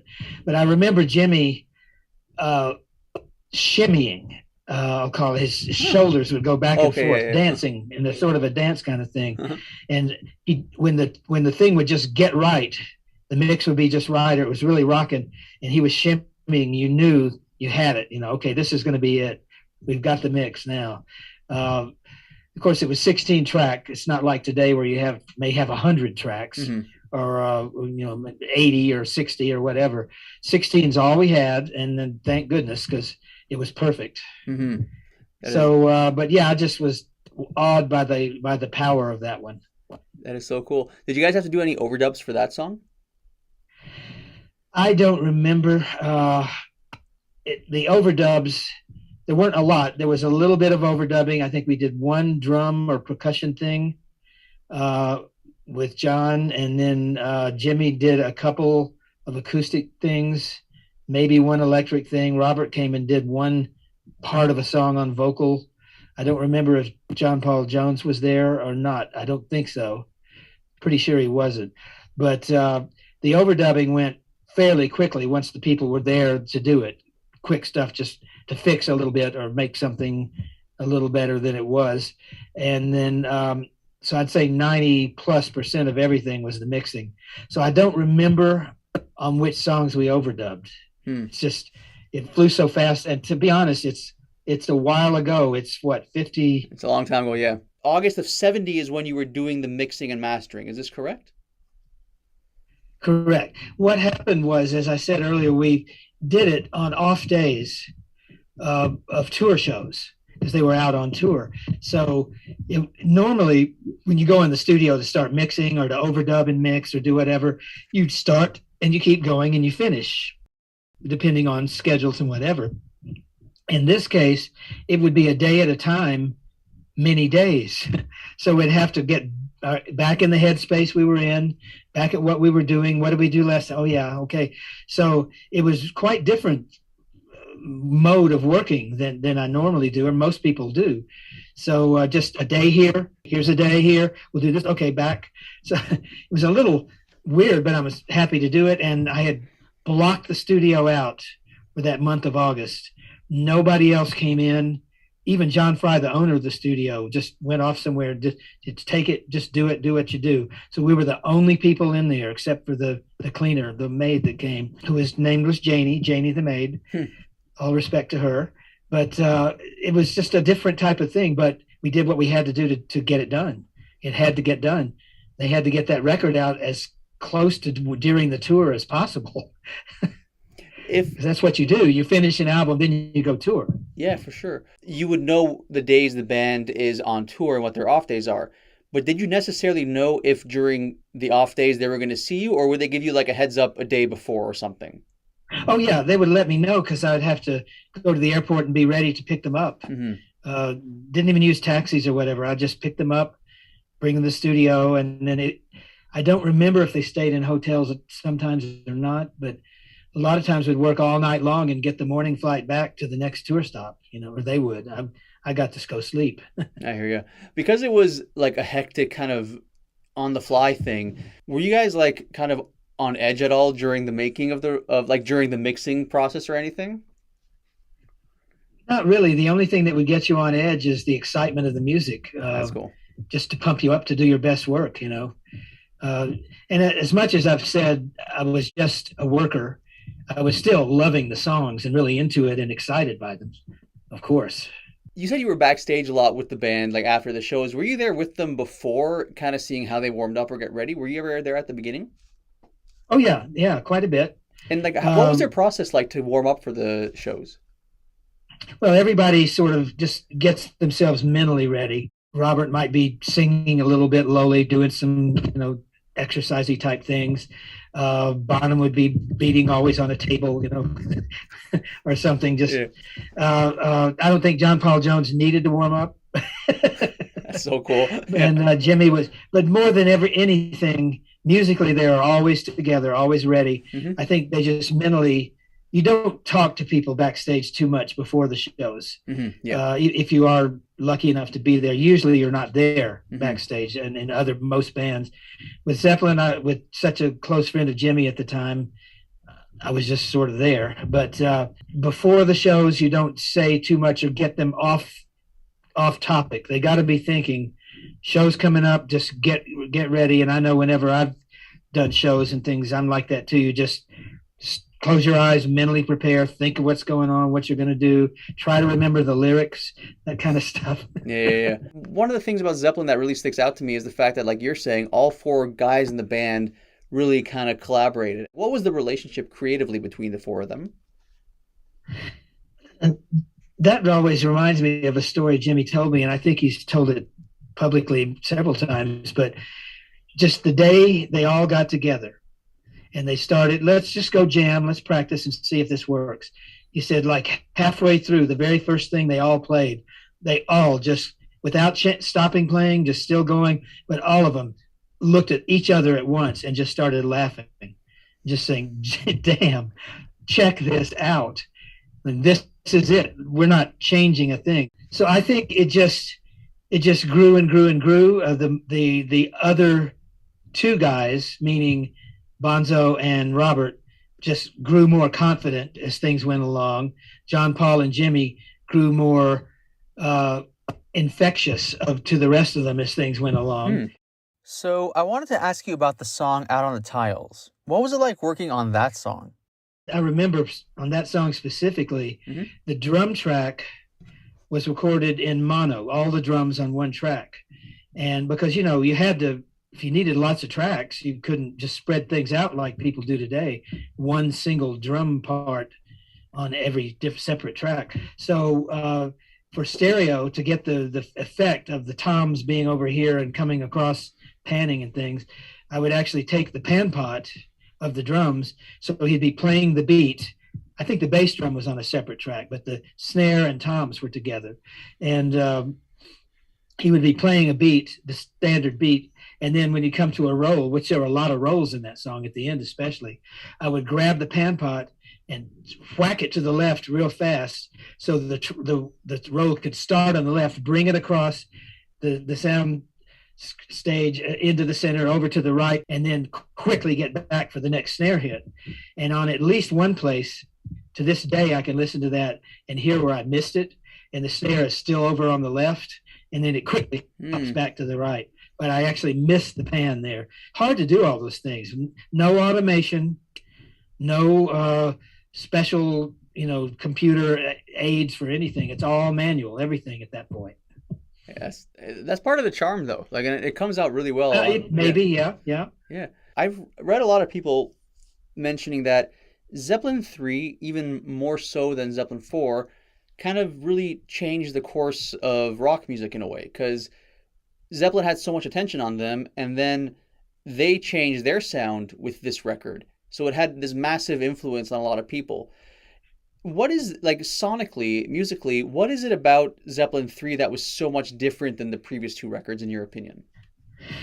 Well, obviously you had much more acoustic things than had ever been done by Zeppelin before. Although they had, did he call it White Summer, or whatever he had done? He did a few little acoustic things before, but it was more just the heavy rock, which made them. And I think it was just the fact that there was so much more musicality. It spread out so much. We're not just, and not to pick on any other heavy rock band, then that's all they did, let's say, but we're not just a heavy rock band. Look at this. He can sing soft. We can play acoustic. We can do string-like things. Just showing so much more depth and the word musicality again of things they could do, without which, who knows where they would have ended up. But it was a big turning point in their overall ethos, and I think a very important one. I've read where Jimmy and Robert have both said that in recent years, like, without III, that was our major turning point thing. So I was just thrilled to be a part of it in whatever way I could, and I still look back and can't believe it. It's just amazing. From what I understand, when Zeppelin III came out, the critical response wasn't very good. Would that be fair to say? Yeah, you had some. Of course, it soared to #1 in the world, so that's a good response. But I remember a review in Rolling Stone, which came out, and it was saying that they had lost their power. They had gone acoustic, and it changed. Whatever. This isn't near as good as the second album. And I was mentioning it to Jimmy at one point, and he said, "Go back and look at Rolling Stone's review of the second album." And then he found it and read it, and it said something like, "Not near as good as the first album." So it's just kind of a thing reviewers do sometimes, because they were cutting edge. They were writing the script of heavy rock music at that time. They were making it up as they went along. Mostly Jimmy, well, all of them, but certainly Jimmy at the leading the pack. It's hard for people, especially reviewers, who have to put their 2 cents in. And I'm not against reviewers. I've had lots of good reviews and bad reviews too. That's no problem.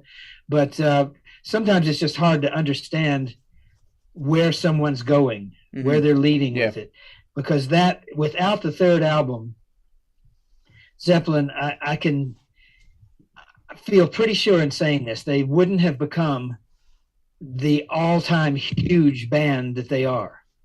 They would have been big. I mean, like a Deep Purple or Ozzy Osbourne or whatever. Yeah, but I don't think they would have had iconic, godlike status quite, because they changed what they were doing. They changed. Jimmy knew well that if he just kept pounding away, when they were great, I love the first 2 albums. I love every song on it. Everyone loves that. But without the change in direction, turning down a road and going off the main road a little bit, I don't think well, they had to do it. They had to do it, and it made them, it let them become a multifaceted band, not just a hard rock band.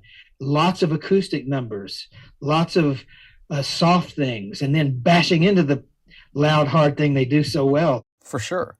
So, of course, another huge band that experimented with their sound over the course of their career was the Beatles. Did you have any relationship with the Beatles? I met them all at one point, but no real relationship. You know, the one thing I've always regretted so much, I think it was when they were making Revolver, or maybe the Rubber Soul. Maybe it was Rubber Soul. I was working at Stax in Memphis, and they called, Brian Epstein called up Stax and said that he wanted to come and record at least a song at Stax with the Beatles. Could they do that? And yeah, sure, we can do that. And what Epstein told them is it's got to be totally undercover, totally quiet, no press. Don't let anybody know. We want to get in, do it. Then later we'll talk about it. If we don't do that, we can't do it, because they had too many, screaming girl problems and stuff. So Al Bell at Stax came to me and said, "Hey, the Beatles are going to come do a song. Would you engineer it for us?" And I said, "Nah, I don't want to." "Okay, yeah." But no, of course, I immediately said, "Absolutely. I definitely would be involved." I was so excited, so fired up. I was going to get to record a Beatles song. So what happened was that one person at Stax, who was one of the co-founders, a lady, leaked it to the Memphis Press Scimitar newspaper. Oh, man. And an article got in the newspaper that the Beatles might come to Stax to record. She just couldn't help it. It was so exciting. Biggest thing in the world, the Beatles at that point. Ed Sullivan, all that stuff. So Brian Epstein called back up and said, "I'm sorry, we have to cancel it. We can't do it." And that song was going to be "Got to Get You Into My Life." And if you listen to it, you'll hear George Martin's attempt at the Memphis horn arrangement and sound. But it's not what the Memphis horns would have done or arranged or would have been played at Stax. But so that was my relationship with the Beatles that didn't happen at the last minute, and I was so sad. Still am. Oh, man. I cry every day. So going back to Zeppelin, do you remember working on their song Gallows Pole? It was much longer than what ends up on the record. So I did a massive amount of editing on that, cutting out 4 bars here, 8 bars there, whatever, to just keep the best, because it was too long to fit on the record, really. So Jimmy wanted it shortened, and I put those bits I cut out on just a separate reel and just laid it up on the top of the machine. And later I found it, because Jimmy takes all tapes, of course, back with him, but we forgot about that one, and I've still got it. So occasionally, I haven't for a while, but occasionally I'll play the outtake, the cutout bits. And some of them are forwards, and just because I was throwing it on a reel, some of them are backwards. So it'll go, that's awesome. It's hilarious to listen to. So overall, how many days did it take for you to mix Zeppelin III? I'm pretty sure that we did about 6 times of coming, 6 days or maybe 7, counting the mastering, of coming in and working at least six times. We sometimes would do 2 days in a row if there were 2 days off of working. But I just can't remember exactly, and I didn't write it down. I was just doing. I just looked for the proper balance, because the only tool an engineer has is volume. And you can say echo, well, that's just the volume repeating itself in some way. You can say chorus, well, that's, any number of things you can say. It all comes back to the volume. So certainly, at least you could say the number one tool of an engineer is volume. So I just try to get all the volumes in balance first, and then feature as needed for various things. So I would have used that same technique on that. Again, nothing out of the ordinary of what I would do, or what Jimmy would do or want. So, this is a hypothetical question, but from what you may know, if Bonham hadn't died, do you know if Zeppelin would have continued on for much longer, or would they have come to an end inevitably anyways at some point in the near future? Well, that's a good question. I would say yes. Personally, I would say they'd have just gone on, because had Bonham not died, there would have been another album, and then they would have wanted to tour that, I'm sure. As it turns out, he did die, so it's hypothetical. And the fact is that they then had to find their own way in the music business, Not that they had to. I mean, they're all billionaires, but obviously they would want to. And so Robert found his own, had to find a different career away from Zeppelin. And I'm sure he's very happy that that's what happened, because I think he was getting fed up with screaming his socks off. I'll say that in case there's any children listening. So, I think he was getting a bit fed up with that anyway. And because, it was a heavy rock band, it was blasting, and it was good when they were youngsters, but it might be something that you grow out of, Of course, they could have changed, I suppose, they could have changed the format a little bit. But, well, your question really was, would they have continued? And I think they would have continued. They would definitely have done another album, and maybe they'd have done another 2 albums. Because they love to do that. They love to get together and they like to play together. And then, that's also why they would have probably carried on doing gigs. And also there's phenomenal money involved. Hundreds of millions, let's face it. That's why the Stones do it, no matter how rich they are. And also they have fun and they enjoy it, hopefully, Mm-hmm. That's interesting. So, I mean, we were talking a little bit earlier that if Zeppelin hadn't, obviously if Bonham hadn't passed, that there would likely have been another record and you would have been involved with that to some degree or another. Do you know if there were any demos that the band had prepared, or if there was any like unreleased material the band was writing with, or was there nothing ready for a new album yet from what you know? There's no more unreleased material to be heard.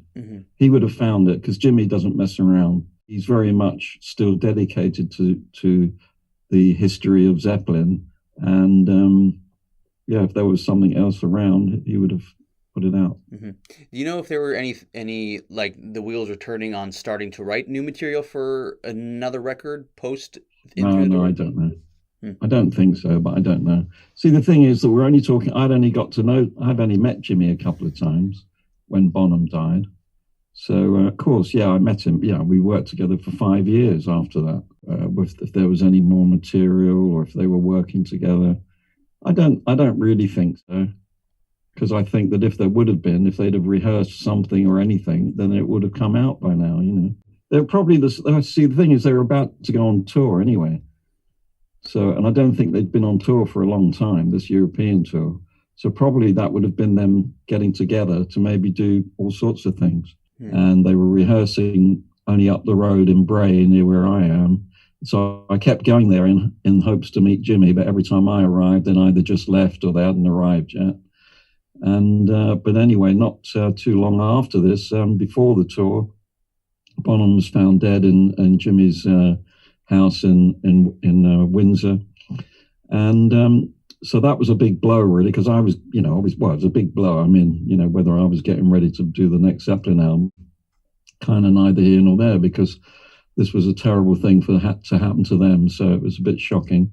Basically, what took place then was us starting to work on this tribute album, which was really a tribute to Bonham, starting off with this drum track, Bonzo's Montreux. Crazy 24-track tape of Bonzo's Montreux, which was basically all drums. And I always say it was like being thrown in the deep end, really, because it could have just been a rock track, but it was quite peculiar being all drums. I mean, it was magnificent, really. But I think it was quite long. Then we had to edit it, and editing it wasn't easy. But it was, that was the first track we worked on. And then the other tracks that were from that Zeppelin album were from that made up the Zeppelin album, Coda, where there was a couple from that were left over from In Through the Outdoor. I mean, I haven't got that album in front of me, but I think Wearing and Tearing, there was another one. Then there was a track called I Can't Quit You, which actually was, Jimmy didn't want it to be known. It's going to be known now, isn't it? But Jimmy didn't want it to be known that it was a live track. He wanted it to be known that it was some sort of recording. So I had to take all the audience off. But basically it was Led Zeppelin, I think, at the Albert Hall. But it was a great track. I Can't Quit You is a really good track. And what else we did? There was Poor Tom. And for that one, I remember Robert Plant coming in. That was the first time I met Robert. and that was nice, because I mean, to be honest, I wasn't a huge Zeppelin fan. The most I'd got into Zeppelin was actually when Elton John bought his first giant stereo system for his mansion. He had these massive 4 speakers in a huge lounge, and we had the Zeppelin II, which we used to whack up to test out his stereo. And actually, my favorite album was In Through the Outdoor, without a doubt. Oh, cool. I thought that was a great album. But so also I think at that time, pretty sure John Paul Jones popped in, because I seem to remember playing something, and he said, "Can you turn that down? And what do you think I am?" And I thought, well, I thought you were the bass player in one of the biggest rock bands in the world. So I thought, chances are you like loud music. He would go, turn it down. So, I mean, prior to John Bonham's passing, were you thinking about how you'd approach working on the next Zeppelin record? Oh, yeah, I was. Yeah, I mean, I was thinking about how I would do it. I mean, it's awful to talk about it now, because I mean, I would have loved it. It would have been absolutely brilliant to have done that. But I suppose the Booby Prize, which wasn't a bad one, though, was when I got to work with Jimmy and Paul Rodgers with the Firm. Yeah. Because that was, in some ways you could say it was maybe even better than maybe what the Zeppelin would have been, because you've definitely got one of the best singers on the planet with Paul Rodgers.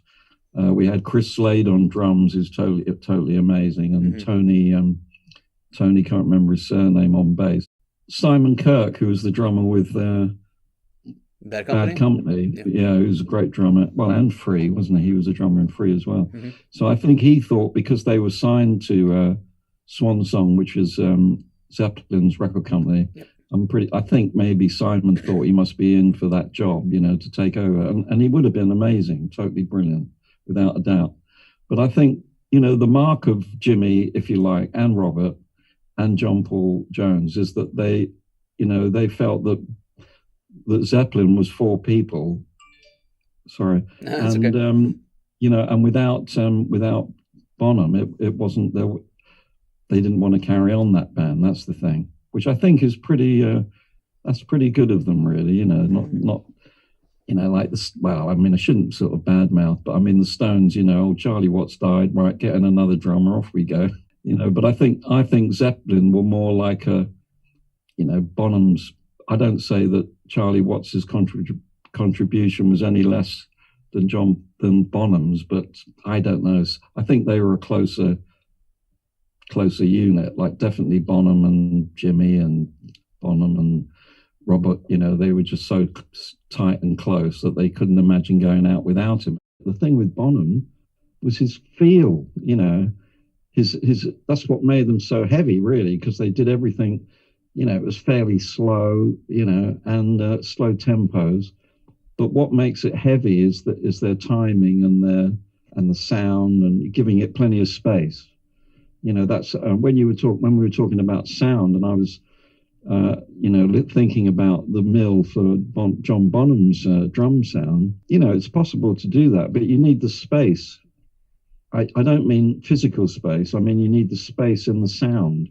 So if the drummer's playing at 100 million miles an hour and he's hitting the cymbals all over the place and the hi-hats all over the place, there's nowhere for that sound to go, whereas it's dumps, bah, boom, dum, bah. You can have a nice big rock sound, which is what they used to get. And the thing is, that's what I was going to say, is that Zeppelin didn't always work in giant rooms, like Abbey Road or something. That was the other great thing about Jimmy as a producer, is that no matter what studio they went to, he'd make sure he got a Zeppelin drum sound or a Zeppelin sound, which was generally a big roomy sound. And I know they worked at the ABBA studios, and Jimmy used to say they'd put a microphone in a cupboard or down the hall or something like that, inventing ways of getting that sound, which wouldn't just be using a big room, And anyway, I recorded, I mixed John Bonham's drums, so I know what the drum sound is like. And the bass drum was enormous sounding. It sounded like one of those you get in a fair, with the beaters.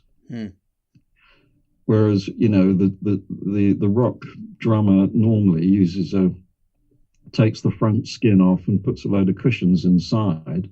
this sounded like it definitely had the front skin on, and it's just enormous. But and then the snare sound as well. He's not bashing it away. He's probably got quite a light touch in a way. And anyway, he was a remarkable drummer, like Charlie Watts in a way. He was sort of more like a jazz drummer, or Ringo Starr.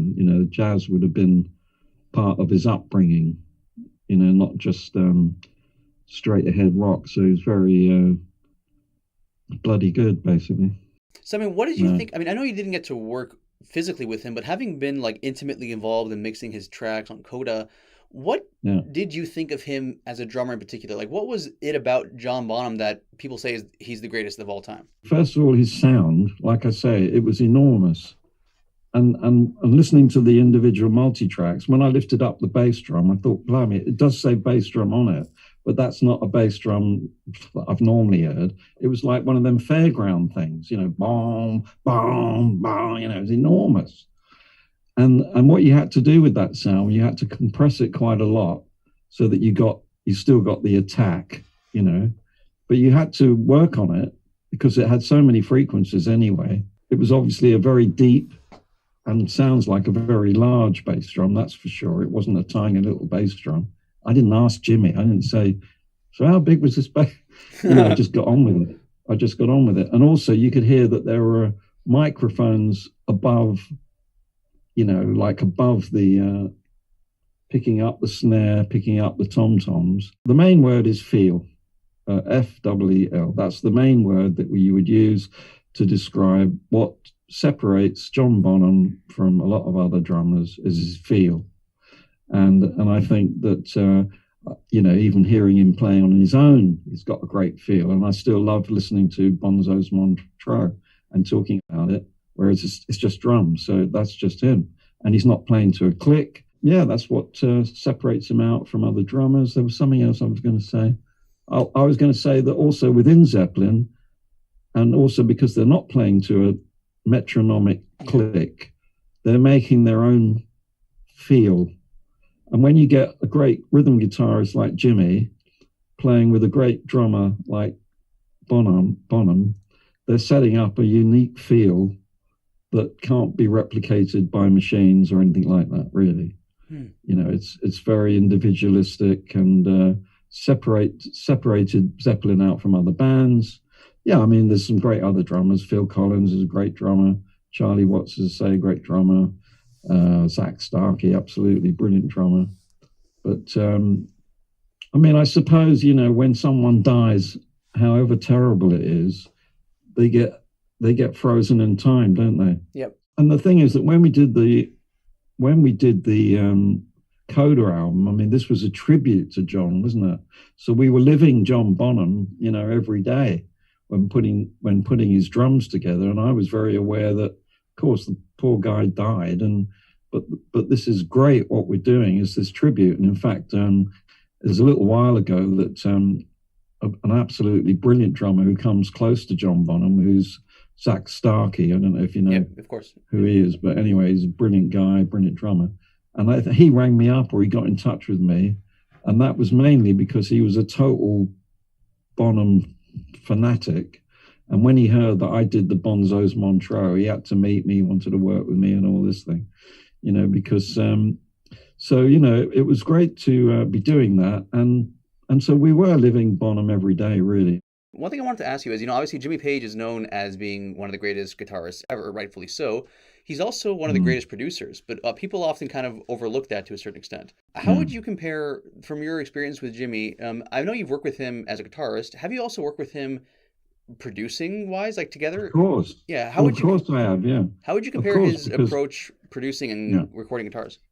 Yeah, good question. So, and I do talk about that because, Jimmy, very eccentric guy, not always easy to understand when I was working with him for one reason or another.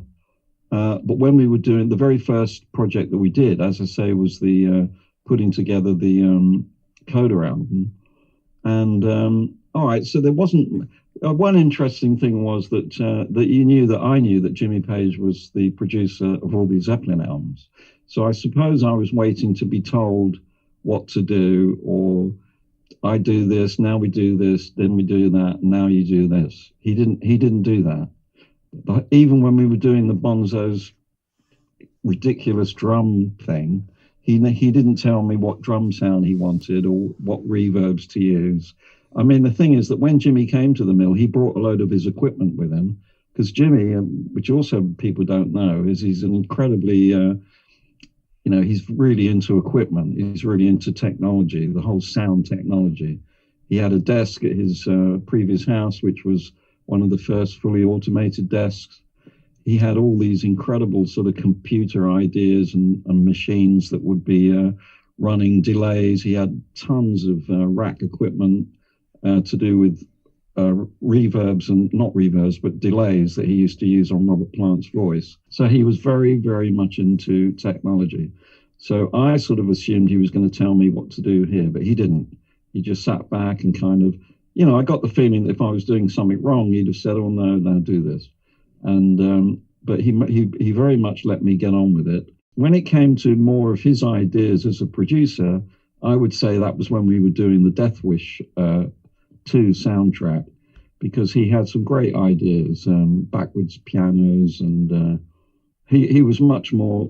It was the producer side of him that came out much more during that project. He was really putting together singers. He had plenty of ideas, that's for sure. I think he's absolutely great producer. Very, very good to work with in the studio. Good atmosphere. Not telling people what to do. Hopefully, just putting together the right bunch of people, like he did with Zeppelin, really. Mm-hmm. And that's a good way of doing it. I mean, put the right bunch of people together, and then you don't have to tell them to do anything, do you? Because you know that they're going to do the job the way you want it. So I think that's how Jimmy goes about stuff, really. Because let's face it, he was in the music business and working in studios from such a young age. Mm-hmm. And not everyone knows that either. So as a top session guy, going around the studios, doing all the middle of the road stuff, God knows some of the things he might have done. He probably did adverts and all sorts of stuff. Apart from, as we know, playing with the Kinks and playing on some big pop records. So he was very, very knowledgeable about the studio. There wasn't much he didn't know about it. He might know what he wanted to play, and that wasn't always easy, but he definitely didn't have a problem with, I want to do this idea, so we're doing that, And actually those things are easier to sort of have happen, But so definitely switched on producer, no doubt about it. Yeah. So when you're recording him now you're in producer engineer mode, you're recording him, are there any particular mics he prefers having his guitars recorded with? Like, what is his approach technically in the studio? Yes. Very good question. I'd forgotten that. So I've got a very good answer for that, because people will want to know this, because this is different. So what he would do is he'd if we were doing a solo, say, he'd do a few solos like most people would. Like, he'd do one solo, do it again. Then what he'd do is he'd tell me to put all 3 solos up or all 4 solos up. And I think, blimey, that's different. So he'd play them all. And then what he would do is he'd design a solo. He'd design a solo made up of the 3 or 4 or 5 solos. And sometimes that was hard to follow. And sometimes I'd think to ask him a lot of questions, but then I found it was better not to ask questions, just to try and do what he's saying, and it'll all turn out hopefully all right in the end. So it might, because I've done that.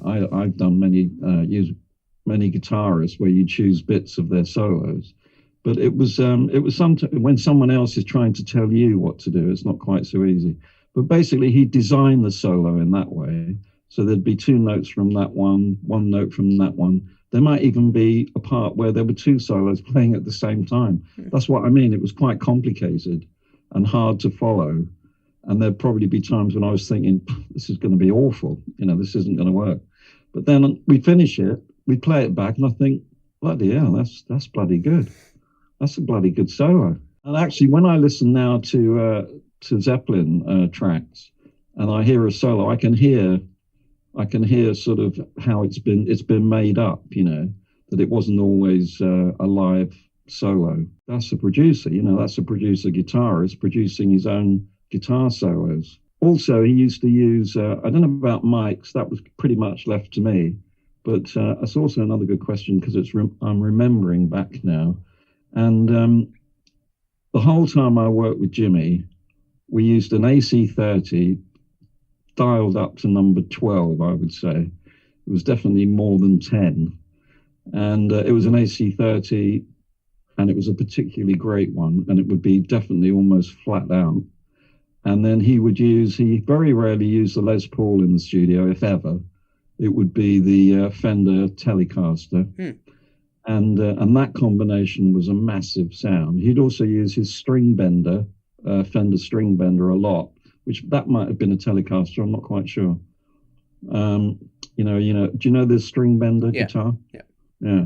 So actually, when and if you don't know about that guitar, that's actually a bit of a, it gives his solos a lot of personality, because you hear all this bendy stuff, which you imagine he might have done with his finger, but he does it with the, it's kind of like a country. Normally it would be for country sounds, I guess, but with it wound up to 10, it worked for rock, absolutely. But so sound-wise, I don't know what mic, I probably was sticking 87, I'm sure, on his AC30. And it was a blasting sound. Yeah, it's a great sound.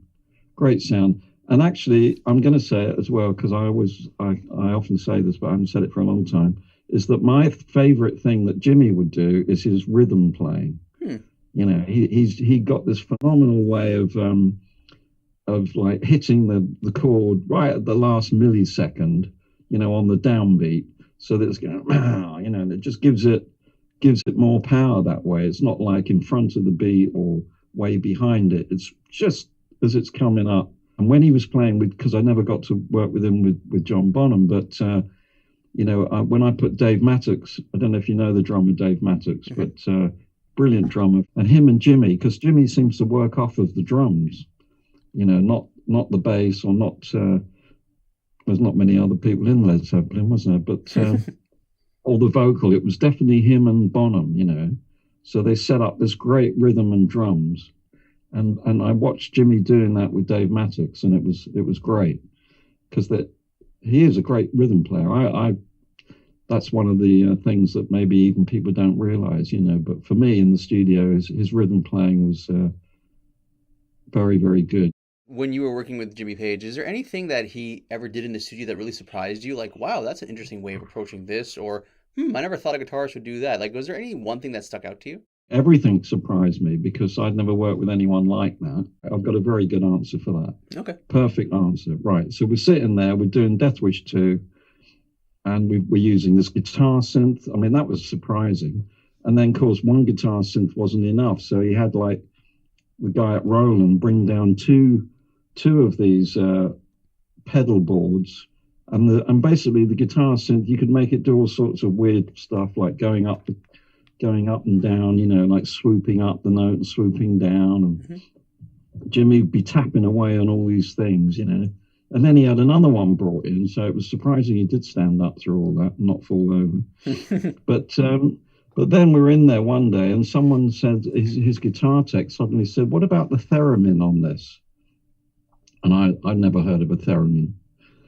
And I'm thinking, what the hell is a theremin? So then suddenly someone comes in with this big cardboard box with aerials sticking out of it. And I'm sure there was like straw coming out of it as well. And I thought they were having a joke on me. I thought this was for my benefit.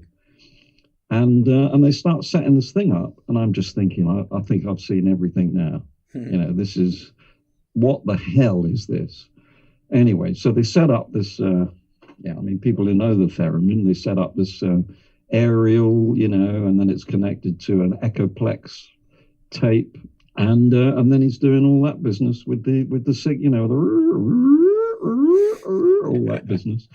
And I'd never heard of a theremin. I mean, I've checked it out, I checked it out after that and found out it's a 19th century instrument, and, one of the earliest electronic instruments. talk about surprising. Yeah, that was. But you see, that's the thing. I mean, Jimmy was full of surprises. You know, he's that sort of a guy, and that's the way he sort of conducted himself. I mean, the whole fact he put, you know, Zeppelin was a surprise, wasn't it? If you were around, you're too young. but when Zeppelin arrived, it was like, what is that? You know, it was like, I mean, all right, there were a lot of bands around at the time that were sort of similar, but they were a phenomenon without a doubt. You know, I mean, they were like brilliant musicians. Not many of them. I mean, you're talking about a three-piece, really. You know, you're talking about bass, drums, and guitar. One guitar, one bass, and drums. You know, making this amazing sound. Great musicians, and you know, they also followed their own. They followed their own way, didn't they? You know, didn't put out singles. You know, they wouldn't do this. We don't do that. We don't do this. You know, they're very much like designed. They designed themselves. You know, so you know, and that's the background that Jimmy came from. And like you say, he's considered one of the greatest guitarists of all time. You know, and that's not bad. And actually, what I always say now, you know, I often say, and I think very lucky that this happened this way, because I work with Led Zeppelin, and I'm very proud of that, is because a lot of young bands, you know, you say to them, and they could be 15 or 16 or 18, and you say, who's your favorite band? They say Led Zeppelin. I said, but Led Zeppelin disbanded 40 years ago. You know, isn't there anything a little bit later on? You know, and they go, no, Led Zeppelin, that was it, man. That's Led Zeppelin. Unfortunately, then you listen to their music and it's nothing like Led Zeppelin, you know, because I'm always looking out for another Led Zeppelin. When you're working with Jimmy in studio on tape, how many takes do you guys do typically? And like, do you often double the takes afterwards? Like, what was that aspect of it like? It's two different things, really. So first of all, you said, how many takes would you do? Yeah. Well, if I was working with Gus, it could be hundreds. Gus being Elton John's producer. Used to do many, many takes with the rhythm section in the studio. We might do 20 different takes of the same song. And then what he would do is cut between them, cut all the best takes together, even only to make up a 4-minute track song. So, but when you're talking about, that's the difference between some pop productions and a rock band, because a rock band would tend to not want to do that. A rock band like Jimmy, like with Zeppelin, I'm sure, or with The Firm, is that you go out there and you do a great take and you go, that's the one. Basically, they'd go out there and they'd get a good groove, and then they go, how was that? And I go, bloody brilliant, come in and hear it. And they go, you're right, and that's it. And as I say, even to the extent when you're talking about double track vocals, Paul Rodgers didn't even want to do the song again. He didn't want to sing the song again, let alone double track it. That's it. It's finished. So basically what you're talking about there is a band trying to reproduce what they might do live on stage in the studio. And that's quite a different thing to the way pop records are made now, or even rock records are made now, where you're layering and layering and layering, you know, and you're using Pro Tools and you're copying and pasting and all this sort of stuff. It's very, very different. And basically, yeah, you can end up with amazing results, absolutely. And some might say you end up with better results. But then if you go back to some of the 70s music and 80s music, which wasn't done that way, and you go, wow, that's better, you know. And then if you describe how it was recorded, which was just 4 or 5 people playing live in the studio and an engineer recording it, you go, wow, they're geniuses, you know, compared to today.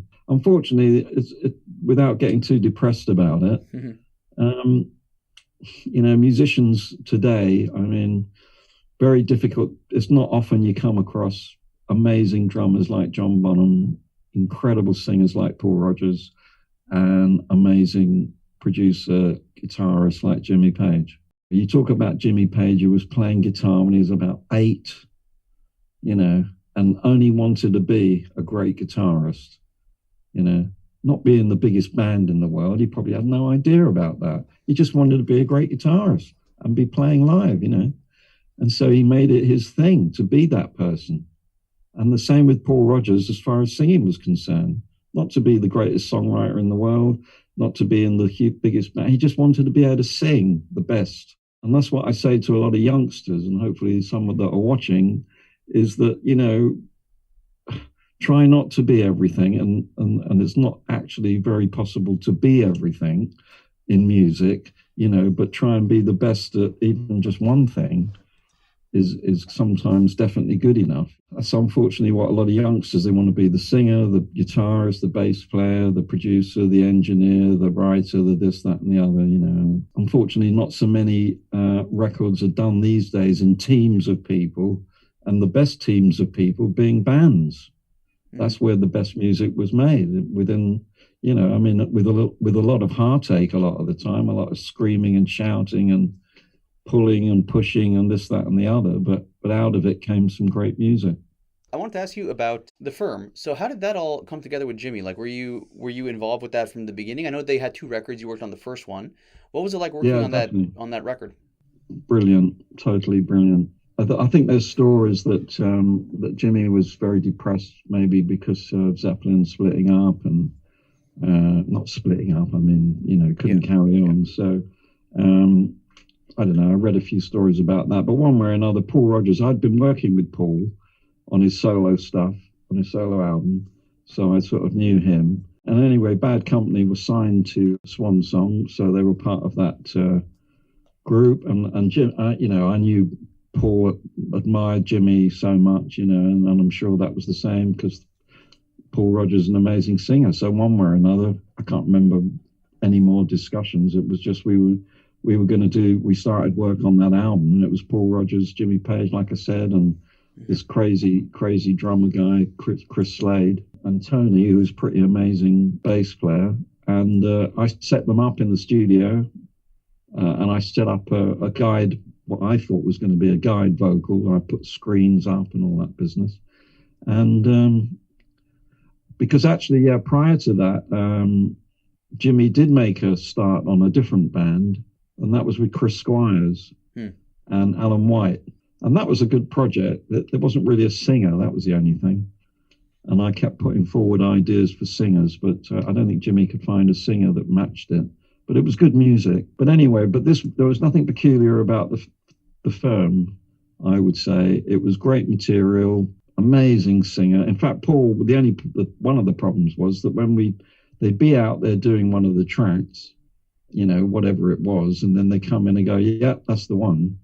And then I'd assume that we would then do the vocal again, and he'd go, no, that's nothing wrong with that. And I go, we can't keep that. It's got guitars on it, you know, you can hear the drums in the background. No, we're not doing that again. So that was a bit weird. But they were brilliant vocals, and you know, I always thought that "You've Lost That Loving Feeling" should have been a single. I love that. That should definitely have been a single. That was such a great version of that. And the thing that I regret on the album when I listen to it is the bloody reverbs I use. That's the thing, because at the time, you know, digital reverb was all the rage. So I stuck a lot of reverbs on it, and that kind of dates it a bit. And when I listen to it, seems to work on Radioactive, which was a mad track anyway. But I think on some of the others, I'm wishing I could turn the reverb down a bit. I know what I'd like to do, Jimmy, if you're listening, is remix it. Yeah, that would be bloody good. Let's remix it. Let's remix the Firm album. We love that album. You know, there's a lot of Zeppelin fans that love the Firm. It would be good to remix it, that's for sure, yeah. You were saying that you felt that Jimmy Page might have had like a little bit of a post Led Zeppelin depression thing, and that's kind of why maybe he did the Firm, to kind of get out of that funk. When you were working on the Firm, or when you were working on Coda, was the death of John Bonham, was that kind of looming over any of it, or was that not really there? I don't remember that. I mean, he's quite a private guy, really, Jimmy. See, the thing is that for people that, you know, who have been doing this a long time, even then, when you get in the studio, you're there to do what you're there to do. And it's difficult enough doing that without getting into, you know, other areas that could spoil the session or for anything like that. So you're looking to have a good time, to have a good atmosphere. That's what I remember about the Firm, actually, that everyone was kind of having a good time. and also definitely when we did the Death Wish 2 soundtrack, which actually I reckon that was the best one. Probably the film was the best music, but from a technical point of view, Death Wish 2 was probably the best thing I did with Jimmy, because doing music for film isn't easy. It's very technical. The director's already told you where he wants the music, and also we were using like technical gizmos or whatever it was, but actually they were quite early ones to achieve what had to be done, and then there was orchestrations to do. So from a technical point of view, that was probably Death Wish 2 was the one. Jimmy, as crazy guy as he kind of is, he's so methodical. He's so methodical in everything he seems to do. I mean, they just brought out a photographic book. He just brought out a photographic book. He's got, and he had all this stuff. And if he didn't have it, he hires researchers to go looking for, because one of the researchers rang me up to say, have you got any pictures of the mill and all this sort of stuff, He's very, very switched on, methodical, and eccentric, I would say. He likes to get everything right and present it correctly and the whole bit, which is funny in a way when you then think about the music, the best music that he's known for, which actually is quite messy, if you like, and rocky and, extravagantly all over the place, but somehow comes together, in the tightness and the feel. But it's not, it's not classical music, is it? It's not like, everyone reading notes, which you'd have thought that would have been something of someone who's that careful about everything might be more into, But I mean, it's very Larry what he does. He's a Larry guitarist. Yeah. He's all over the shop with it, not like Clapton, if you like, who's more precise, I mean, let's face it, look, it's a bit like when people start comparing racing drivers, who's the greatest racing driver on earth? Who's the greatest racing driver that's ever been? Who's the greatest this or that and the other? And when you talk about guitarists, they're all different. They just had different styles, and that's what makes it so great, that it's still a bloody bit of wood with 6 strings on it. But between them, they managed to make it sound completely different, Jimi Hendrix died at, 27? Yeah. And let's face it, well, in my opinion, he was definitely the greatest guitarist of all time. I got to meet him, actually. I only got to meet him. Really? Yeah, I got to meet him when he was playing on Steve Stills' first album, because my mate Clive was engineering it at Island Studio, Basing Street, and Jimmy, and he was like really quiet, really shy. And listen, when he came along, we used to have rows about who was the best guitarist, and it wasn't Jimmy Page, it was Eric Clapton or Jimi Hendrix. And as far as I was concerned, it was definitely Jimi Hendrix. But you'd have terrible rows with people, I can't be friends with you then. What, you don't like what you're saying? Eric Clapton's a better guitarist than Jimmy Page, Jimi Hendrix? Well, you can puck off then, because you're mad. So going back to Coda for a moment, is there anything else about the making of that record that stuck out to you? That's when I met Robert. I think he might have done some vocals. I think he came in to do the vocals. Jimmy brought in some great mics. He had one of these old 47s that the Beatles used. And I think I was very pleased if Robert Plant's coming in, I'm definitely going to set up that microphone, because it will just look great, apart from it will obviously sound great, because he's got a great voice. But so we definitely did that. Walter's Walk? Yeah, that was definitely, I think that was the one that Robert did some vocals on. Walter's Walk, that was a funny track, yeah. Okay, interesting. Weird track, yeah. Why is that funny to you? Like, what stuck out about that track to you? I'll tell you what it is because Led Zeppelin are a good example of bands in the 70s and 80s that didn't have a genre. It wasn't like, oh, they're a heavy metal band, or they're a pop band, they're a rock band. They do all sorts of stuff. And Walter's Walk is like a country and western, I think, and Poor Tom is definitely, it's like country and western, It's because they all like various different types of music. And on the one album, you'd get all sorts of different, and Elton used to do the same thing. It'd be country comforts, like a country and western song, and that was what was great also about those bands. They got such a wide spectrum of music on each record. Definitely, we worked on Poor Tom.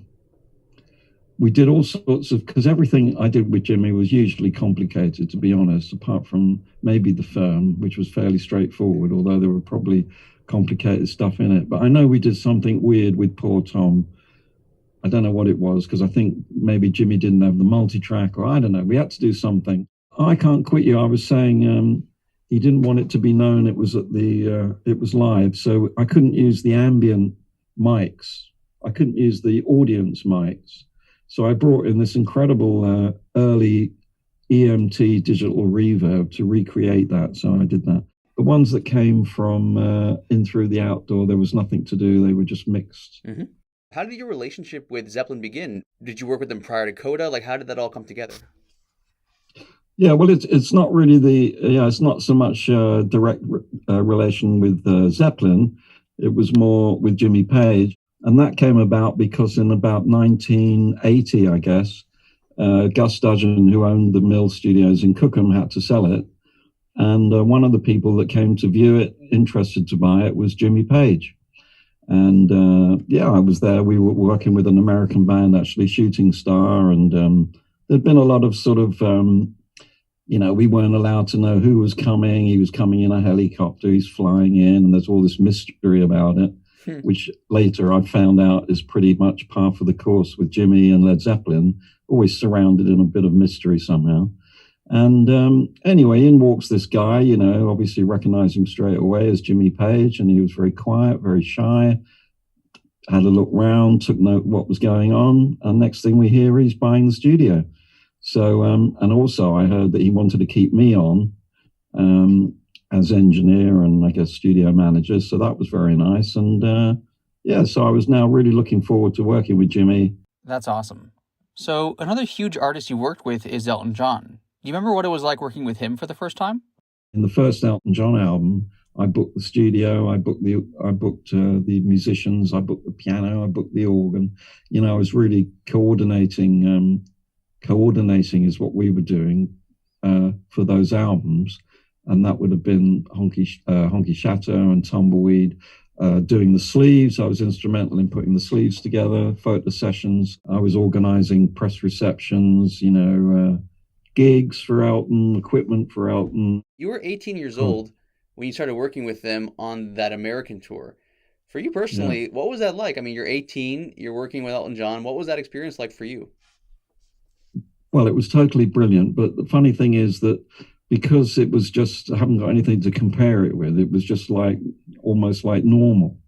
And what was exciting about it, what was apart from never been to America and now we're on tour, which I've never done in my life, was also because I've been such a fan and we were promoting Elton in the UK and getting nowhere.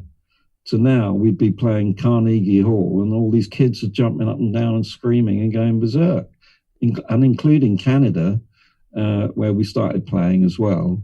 So it was so great to see my mate, Elton, going down a storm with the audiences and finally being appreciated, So there was so much excitement there. I mean, we were all sort of wide-eyed because no one had really, Elton had been to America a couple of times before, but this was all new to all of us. And we were all sort of like a bit like a circus in a way, a traveling circus. But because we were all experiencing it the same, it was just great fun. It was absolutely great fun. I'm not crazy about flying. That's just the tip of the iceberg. I hate flying. So, I didn't like that aspect. I seem to have found out I had a bit of a phobia for large and closed spaces. They always make me dizzy or something. So there was a lot of those when you're touring. So it was actually only the physical aspects that were, you had to sort of cope with all this traveling and sitting around and waiting and all that stuff. But the gigs always made it worthwhile because they were so exciting, it was great fun. And they're all my mates, Nigel and Dee. The first band was just a 3-piece, piano, bass and drums. Extremely exciting, great days, and definitely more exciting looking back 50 years ago, than it probably was at the time. I'm sure it wasn't quite as, because touring, actually, everyone thinks it is so exciting, but actually it's a lot of the time it's very boring sitting around waiting and all that. There's a lot of waiting for planes, waiting for this, waiting for that. But it was, seeing Elton go from obscurity to people actually almost ignoring him on purpose by talking in gigs and saying, "Shut up, he's trying to play a song here," to actually going berserk when he walks out on stage, and loving it, was just so thrilling, because he's a mate. This isn't like someone you don't know. This is your buddy, and I was kind of looking after him, although most of the time he was looking after me, really. We were just traveling, I mean, they were great tours, absolutely. I mean, I did two tours as his personal assistant, and then the last tour I did was actually I was looking after Kiki D, and that was in 1974. But by 74, he was just huge. We had our own plane. In fact, we had the same plane that Zeppelin really used to use. Yeah, the Starship. The Rolling Stones used it. Zeppelin used it. And then Elton had it for the 1974. He had it for a couple of tours, I think. So, like literally the exact same plane or the same model? Yeah, exactly the same plane, I think. Oh, really? Cool. Yeah. So, and we used to have a sea of limousines. The 74 tour. I mean, now he has his own plane. The band have their own plane. I mean, obviously it's even moved on from then. But the last tour I did, which was, as I say, way back in 74, when we did Madison Square Gardens, when John Lennon came on stage, it was, it was pretty amazing, really. So I do miss touring. I miss that. And we traveled to some great places. We went to some great places where you are in Canada, really loved the Canadian audiences, and being in Canada anyway, generally was very nice. So yeah, I miss that. I'll have to do that again at some point. So how did your friendship with Elton John begin, and how did you end up working with him? I met him at 15. He's 74, so he was about 20, 21. And, basically I went from school, this is very interesting the way this interview has gone, because normally we start with that. But now this is at the end. I like that. Yeah. So we've come forward. So anyway, I went from school working for a guy called Dick James, who was the Beatles music publisher, and he was also Elton John's publisher, or Reg Dwight, as he was known then. And I pretty quickly got to meet Reg, and he was a great guy, outrageous, very, very eccentric even then. But what I always say is that when he then sat down and played the songs, there's nothing eccentric about that. Well, except, they were just brilliant. And this is a guy sitting just over there, I've never experienced that before. And I just thought, wow, I always wanted to be a singer-songwriter, but this is something else, he's amazing. So from that day, I sort of wanted to be more involved in what he was doing musically and in the business. So I went from office boy to disc cutter to working in A&R and plugging. But then I started helping run the record company that we formed, DJM, with Steve Brown. And Steve Brown was really Elton John's manager. He was actually his first record producer as well. And so I was his assistant. So I was doing everything on a day-to-day basis to do with Elton. And, we were great buddies and working on his career.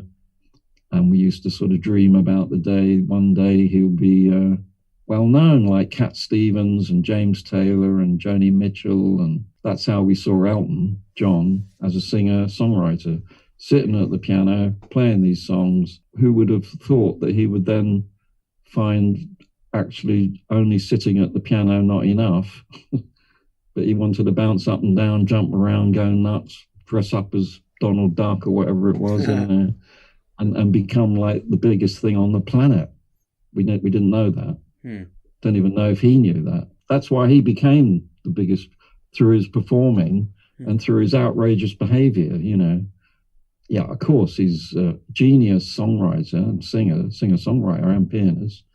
But then so is Joni Mitchell, and in my opinion, so is Jackson Browne, and so is... but what took him into the heights was his outrageous and wanting to be Jerry Lee Lewis and Little Richard and all those people wrapped up in one.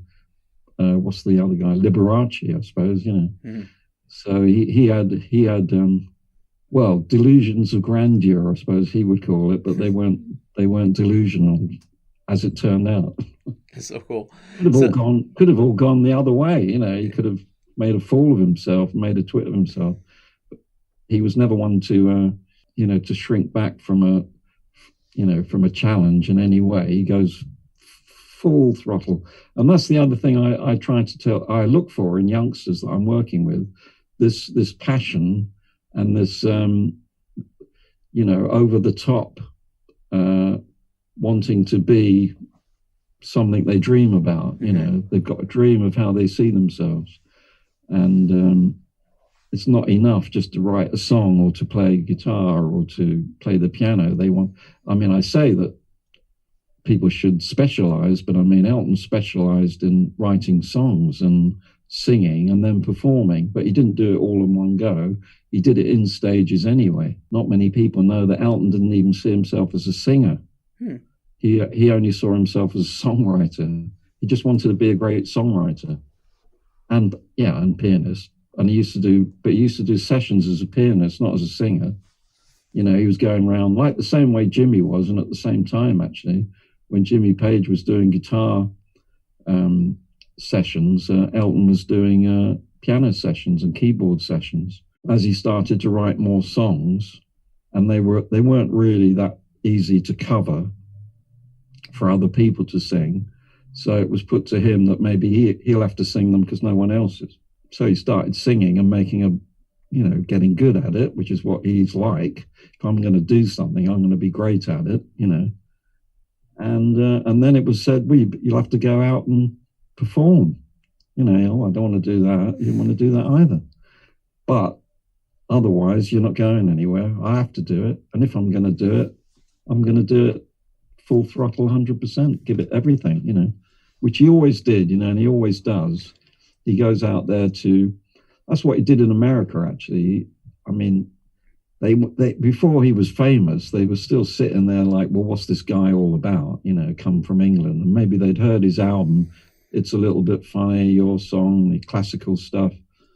And, he was determined to show them what he could do. And then, you're right, sort of aged 18, I went out and was touring with him as a personal assistant. And I was getting into production as well. I produced an album with two girls that Elton played on, Birds of a Feather. And I thought I always wanted to be a producer, really.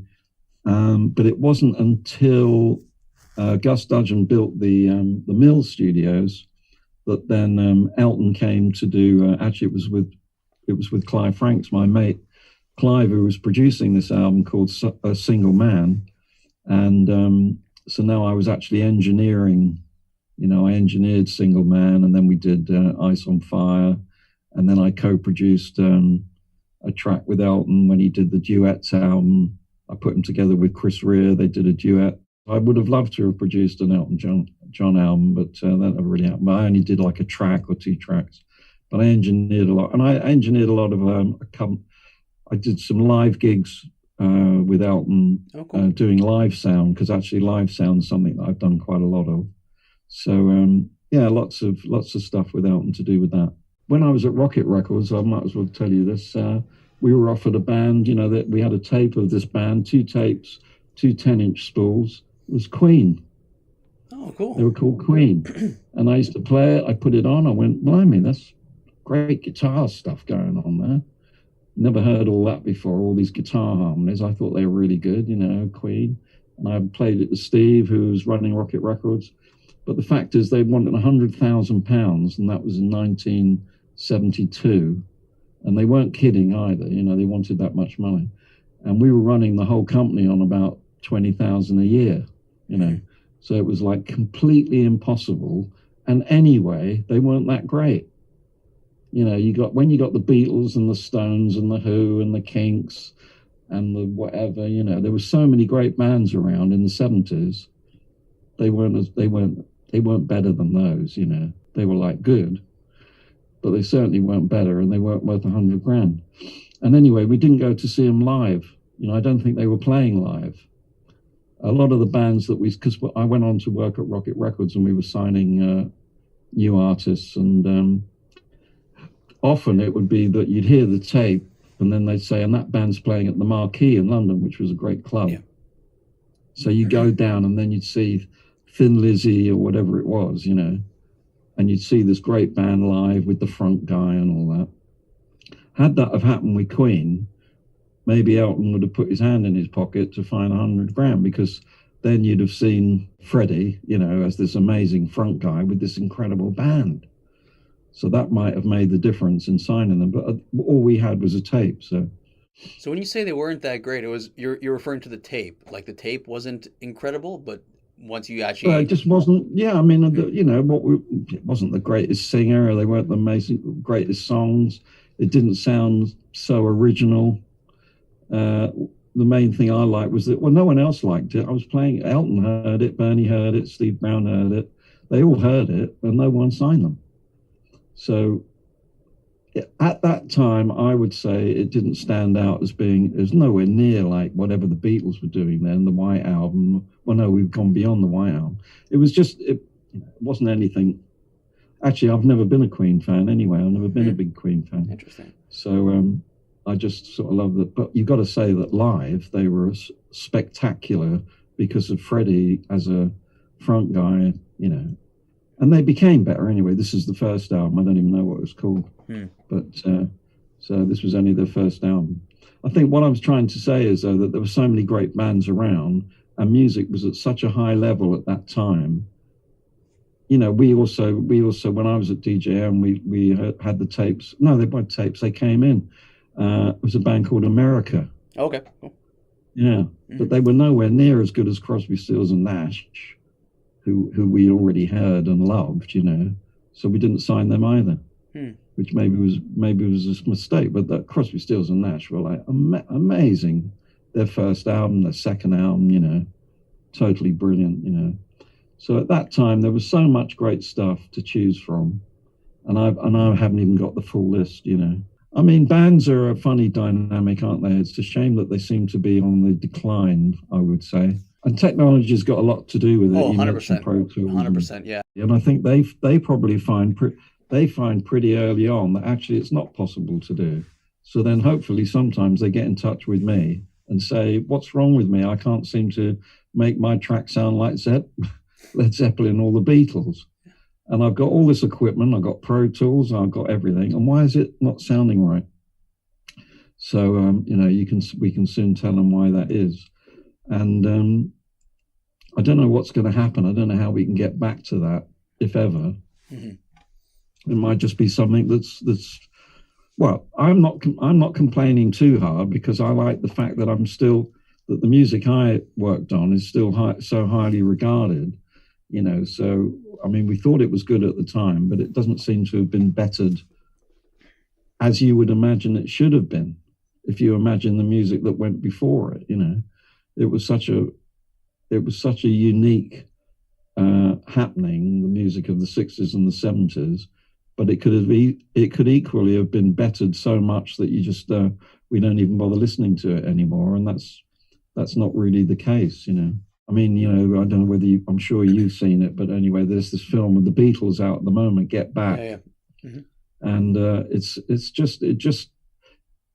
just emphasizes immensely that dynamic between people in a band, you know, musicians in a band getting together. It just emphasizes it in such a great way. Yeah, it shows you some of the disagreements and, you know, what they go through, but it also shows you just how magnificent they were as a band, as four guys sitting around talking. They suddenly pick up instruments and they're playing something, and it's like, it's brilliant because you know it's live and you can see them doing it, and it's no one person can do that.